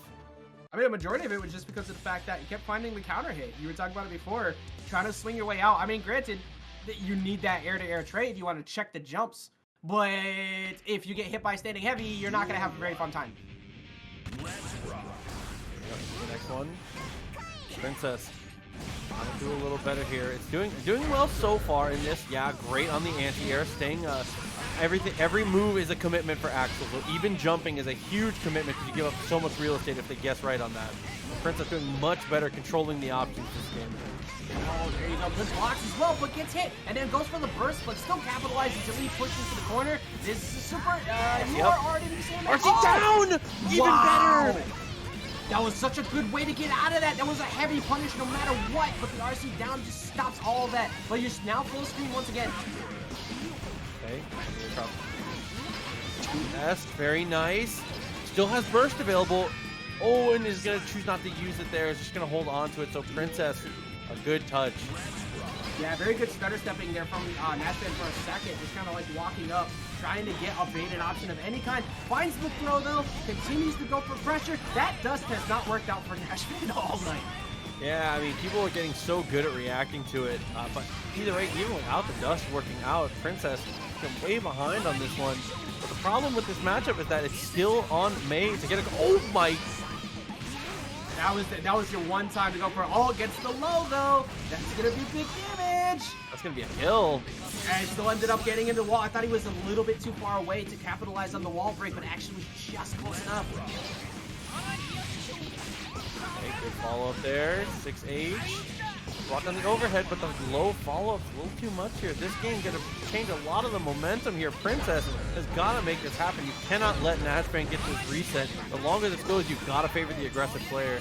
Exactly. I mean, look at these adjustments from Princess going in, trying to go for a RC to maybe beta grab or something, going for pressure strings instead. Like, just really good job of mixing up. This is what we've seen out of Princess Slim all night. However, that's not what you want. You don't want those jumping heavies around you. Now this is where things get rough. Tries to go for it again. Yeah, spaces it really well though, so it is not punished, so it's hard to fall on that. There's the air throw. Princess, gotta do something though. Need the hit. Yeah, you pretty much have to burst on like instant reactions, and when you can get out with 5 cases, you check yourself real quick. That's a game going to Slim. Slim now 2 away. Like I said, the longer this set goes, I think you have to favor the May player here. Patterns will emerge within Axel gameplay, and Princess has been playing for a long time. A lot of games have gone by, and just to be completely honest, in terms of decision fatigue, it usually hits zoners first. It's the decisions you have to make. You have to be thinking about your opponent so much when you make decisions as the zoner. So making those decisions constantly at the pace that NASHFAN is making you make them at, that's gonna tire you out mentally. Princess has been showing up so well, but I do not think you can let this reset. I agree. I mean, one of the things that if people are struggling against zoners overall, one of the things that is to the detriment of the zoner is they do get fatigued after a while because they have to keep those routines up. Like you said, it becomes pattern-based after a while. You get flowcharting. But the way that Slim has been playing, those flowcharts aren't really there. There's a good anti-air. I retract everything that I said. Princess looks as fresh as they look as fresh as they did in the beginning, and nothing has changed. It's just at this point, they're just making all the right calls in all the right places. Even there, trading with May, trading with Totsugeki, and coming ahead. Like we said before, sometimes you got to know the intentional damage. You have to know when it's okay to take it. Immediately, not like just trying to get a turn and just calling it out. But that's a burst that's gonna get hard punished here. Yeah, the burst coming through, gets punished again. Oh, NASHFAN finally making the money off of the charged dust. It had to happen eventually. You can only block it so many times, like you said. Like NASHFAN held on to it for a good while, decided to use it a few times, but decided to pull it out again. That was huge. Anti-air conversion there into the safe jump for Princess. Jumps back for the Totsugeki, but the close slash comes out. Here once again, gonna push NASHFAN all the way back. Goes for one. Make sure you close out this right here. Can you get the wall break? No, just keeps the pressure up. Burst is back in favor of NASHFAN though. Oh no, and this is a problem here. Pushing to the corner. Guts the that's gonna kill actually. Overhead kiss. I think you get a full combo, but no, he still didn't have the meter. Close, but not quite. Not just yet. You pretty much keep. Oh, good block! It's the RC coming in, tries to get in. You pretty much can't burst anything at this point. You have to use meter. Coming in with the PRC and gets the up dolphin to close out the game. Dude, the timing there and the defense, dude. Axel, when he goes for those late PRCs, like the quick ones, looking like Magneto with the tri jump, dude. NASHFAN able to get the block in 2-1. And this is a potential reset here. 1 game away. Princess has a lot of adaptations to make and has to do them in a very short amount of time. I mean, I know everybody knows the reference. Sometimes when you're playing against Axel, you know, much like Magneto, you just want to close the game out the moment it starts on the round 2. So here we go, getting into this next game here. We got game number 4, which could be NASHFAN getting the reset. Already forcing Slim to blow the burst. Okay. Ooh, gets another throw. NASHFAN looking for the meaty with the dolphin. Slim wakes up with the throw, and again, PRC to get the burst. And the block on the dust too. Good reversal here from Slim. You have to capitalize on this. You cannot let Nashman, get out. And you're not going to, because this is possibly going to be the round. However, FD, that's all your meter. You can't take any more chip. That is that round going to Slim. Yeah, Nashman trying to go for the 2H for the punish. A very committal, high risk, high reward. Misses the opportunity on the punish there. So Slim gets away with that one. Not as much damage as he could have taken. There we go. You have to scrap it at this point. Oh, that's a punish. Yeah, make sure you capitalize on that every time. Trying to call out, trying to get a jump grab, but doesn't get it. Running right up is Nashman, putting the pressure on, but gets smacked away again. Ooh, PRC, good throw tech. Throw break. 5K looking for pressure. Princess just a couple touches away. Looking for the 2H. The 2H counter hits. The round is over. Yeah, you see Nashman looking for that counter hit right now too. Gets punished though. Oh, the air-to-air. Nashman into the corner now. Trying to abuse that FD. And very nice. Princess. Game 5 coming through. 5K has been such a good check to people swinging too much all night for the Axel players. Slim, not a different case in that at all. Using it so well to back off, making sure there's no jump pressure, making sure that if you scramble there, you win on the trade, and we're getting a game 5, potentially a reset, or potentially the end of the night being done here. Who knows? Proxy, we have another banger set right now as we get into the last game. Oh, potential. The potential here. We could go the distance, or it could just end. Early on, Nashman getting the hit with a really, really nice attempt.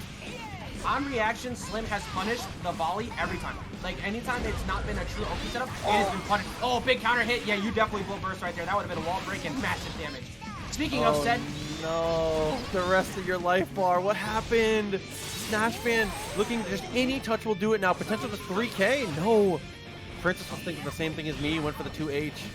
Yeah, decided to back off. PRC, oh, gets the grab. You have to work so hard from this point, though. Any one bad mistake, if you get the run-up slide, decided to go for overhead. Decided not to go for that. And the scariest thing here is that Princess is not out of this. Oh, I was going to say, having full screen there, Princess was absolutely in the running, but Nashman is 1 round away from the reset. This is so close right now. Nashman has burst, has advantage, has the situation. Problem is, his full screen right now has been incredible at walking up close. But this is 5K again, just to back off. Make sure there's no jumps. Okay. Oh no. Okay, had to burst there. More close, heavy. Oh, it's big hit. No meter though. Tries to go for the shimmy. Blue RC gets punished. Oh no. First, you have to use it there. Oh, good throw break. Oh, this is huge though. Big damage coming in. What are you gonna do? 5K is gonna back him out. Still out of the corner now. Use the FD break. What a great air-to-air. Goes for the fast FD. Oh, dude, the fast RC is the only thing that makes that work. It prevents the scaling. It prevents the burst. dude, the timing is just impeccable from Princess. And now, potential tournament point. Half the life already gone for Nashman. And an air throw. Oh my god, that was the game to win. And now we got Nashman taking half health already. Slim is already chipping away at this. This is one of the last characters you want to fight when you're in this situation. Last round, last possible hits. Avoids the dust. That would have been game possibly right there. Nashman needs to do everything right. Okay, went for the dash back. Looking pretty good here. Nashman next hit will decide it. We haven't seen a command throw in a while. Please keep it in mind. Now be careful with this. Close slash comes through. There's the burst. Force the burst there, jumps out, gets the counter hit though, gets the side switch back, doesn't let Slim back out the corner, immediately checks with the 2K. What's the answer here? Instant RC, jumps out, now Nashman's in the corner, you pretty much can't take any hits. Looking for the 2H, there's another conversion. Is this gonna be a reset? The overhead, it's going to be a reset. Nashman manages to claw all the way through. We are going to reset the bracket 0-0. Slim. Finally in losers, finally someone is able to take down Slim. It's been such a long time. They have looked unstoppable all the way through, but Nashman finally on the way. Who just runs up and overheads like that? Who does that? Like, oh Nashman, homie. Nashman, again, the bravest person in the bracket all night, has been walking up, not giving a damn about the potential of getting hit away. But you know what? In those situations, everybody gets scared. And now we are at a reset, like you said. Finally, Slim has shown that we're able to beat. All right, hold up, Asuka. I'm gonna have to ask somebody to time you out real quick. I don't like that sentence you just said right there. As we continue here in this already big damage. Okay, try to go for the jump over, looking for whatever touch they can. There's a burst from NASHFAN. It actually gets obliterated, eaten straight up by Nash. Oh man, Princess Slim, just perfect spacing to not get hit by the burst, but being close enough to go straight into bombers. Actually, like, Princess Slim's reversal game has been so good. As I say that, he gets hit immediately by counter hit off of the back dash, but the ability for Princess Slim to get, there we go again, gets the throw, and then another throw. All right, we out here looking like AEW. Yeah, one good throw deserves another. Again, Slim able to throw out there. Has 50-meter available for both players. Now there's the RC. Princess Slim should not die off. Oh, absolutely dead. I changed my mind. Yep, Can I change my vote? I'd like to retract my previous statement. Here we go into the third round of this first game here in the reset. Already starting things off by pushing Princess Slim back, but excellent air-to-air again, and then going straight into the throw. Tries to go for the dust, but that wasn't far enough away. Oh, and finally the command throw. Princess Slim has gotten so much mileage out of the command throw all night, and finally it's peeking its head out here in the reset of Grand Finals. First game momentum is going to matter so much. A lot of the set is going to be decided in this next interaction here. NASHFAN is not dead, but one more touch will do it. I mean, NASHFAN has meters, so we can see a potential run-in. Well, now there's burst as well. That's a throw. You're going to get mixed up by another. Oh, bait out the burst, but doesn't get anything. However, goes for it off. That is now meter in favor of Princess Slim. So defense is on deck, but burst is back for mid, but you can't burst anything at this point. Oh, it didn't kill. It didn't kill. Oh, no. NASHFAN is still in this. Oh my god, PRC is gonna stop the jump in attempt, though kind of scared NASHFAN back, and that is gonna be the first game of the reset going to Princess Slim. That was almost a devastating situation there. Oh, dude, as soon as NASHFAN lives there, I was like, oh no, I think we know what comes next. Oh my god. I like, again, this is one of those sets where I am sweating out of stress, and I'm not even playing the game. Like, this is how close these two have been. Some of the best gameplay we've seen out of an Axel player, period. The way that Slim constantly mixes up the zoning game and the up-close pressure, but also the jump call-outs repeatedly with things like the throws. And then you got NASHFAN, who's just time and time again shown how good this thing is, and adjusting in his match. He got cooked in earlier. Be evasive so far, trying to go for 2H. I love the S answer to the S Dolphin. And then that was so perfect. So even though they lost neutral in that last situation, Princess backing up there is showing why they're the one person that can fight NASHFAN here. NASHFAN has been swinging in those close neutral situations very consistently and has been blowing people out for it. Princess Slim is the first person who has given up that space, is not afraid to give real estate to not die for it. And wake up throw on that right there, but you're right. Capitalization. Oh my goodness, trying to go for, we saw that earlier, trying to go for the combo instead of going for the follow-up throw, continuing to go for another one, but good blocks, but you can't deal with that one. That is the command throw, and now we're seeing the command throw come through a lot more often. Like you said, this command throw wasn't really doing much against NASHFAN at the start, but it's been putting into work all night, and now we're seeing it. Okay. The overhead kiss, follow up. Dude, the wall is already broken. Princess is in huge trouble, and we're less than 10 seconds into this round. It's crazy. Like the ability for NASHFAN to close the gap, get big damage, blocks, where he's going again, stays low, but tries to go for the have a good recognition, and then the aggressive burst, we've seen that all night, and now the meter coming through, doesn't even bother to use burst, because in that situation, there's not much you can do about it, just let it rock, go into the next round. I love that from NASHFAN, though, still dashing up, keeping consistency, goes for the FD just in case of the burst, so Princess Slim, big advantage with the 2H connecting, half the life gone again here for NASHFAN. Oh, with the throw, May absolutely in there. No, another reversal throw from Princess. The amount of reversal throws we've seen from these two over and over, refusing to let pressure go off, jumping in, then another throw break right there, recognizing as soon as the PRC came out, but now continues the pressure off, gets hit by Totsugeki, that's a burst, and that's big damage, that could be a wall break right here, and instead decides to go for the, just for a mix-up. RC, overhead kiss, should be enough to kill.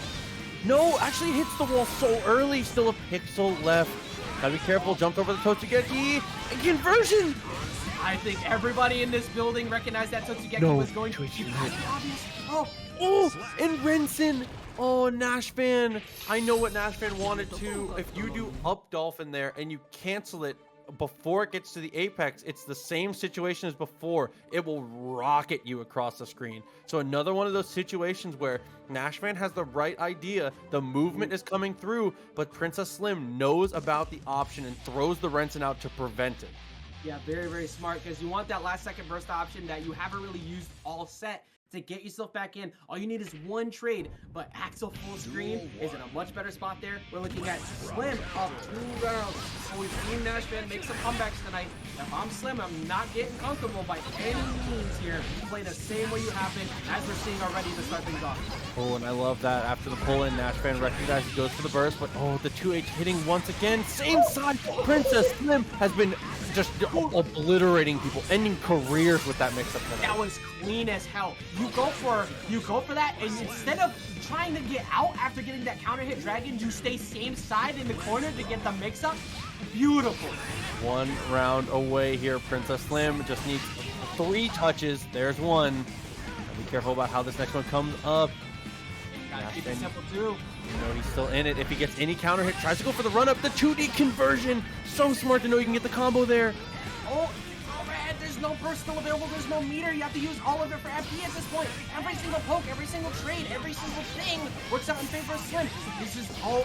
Next touch. Anything will do it here. You have Commando, you have Renson. The 2H! The 2H from Princess is able to close it, and that is going to be 3-0. Listen, I'm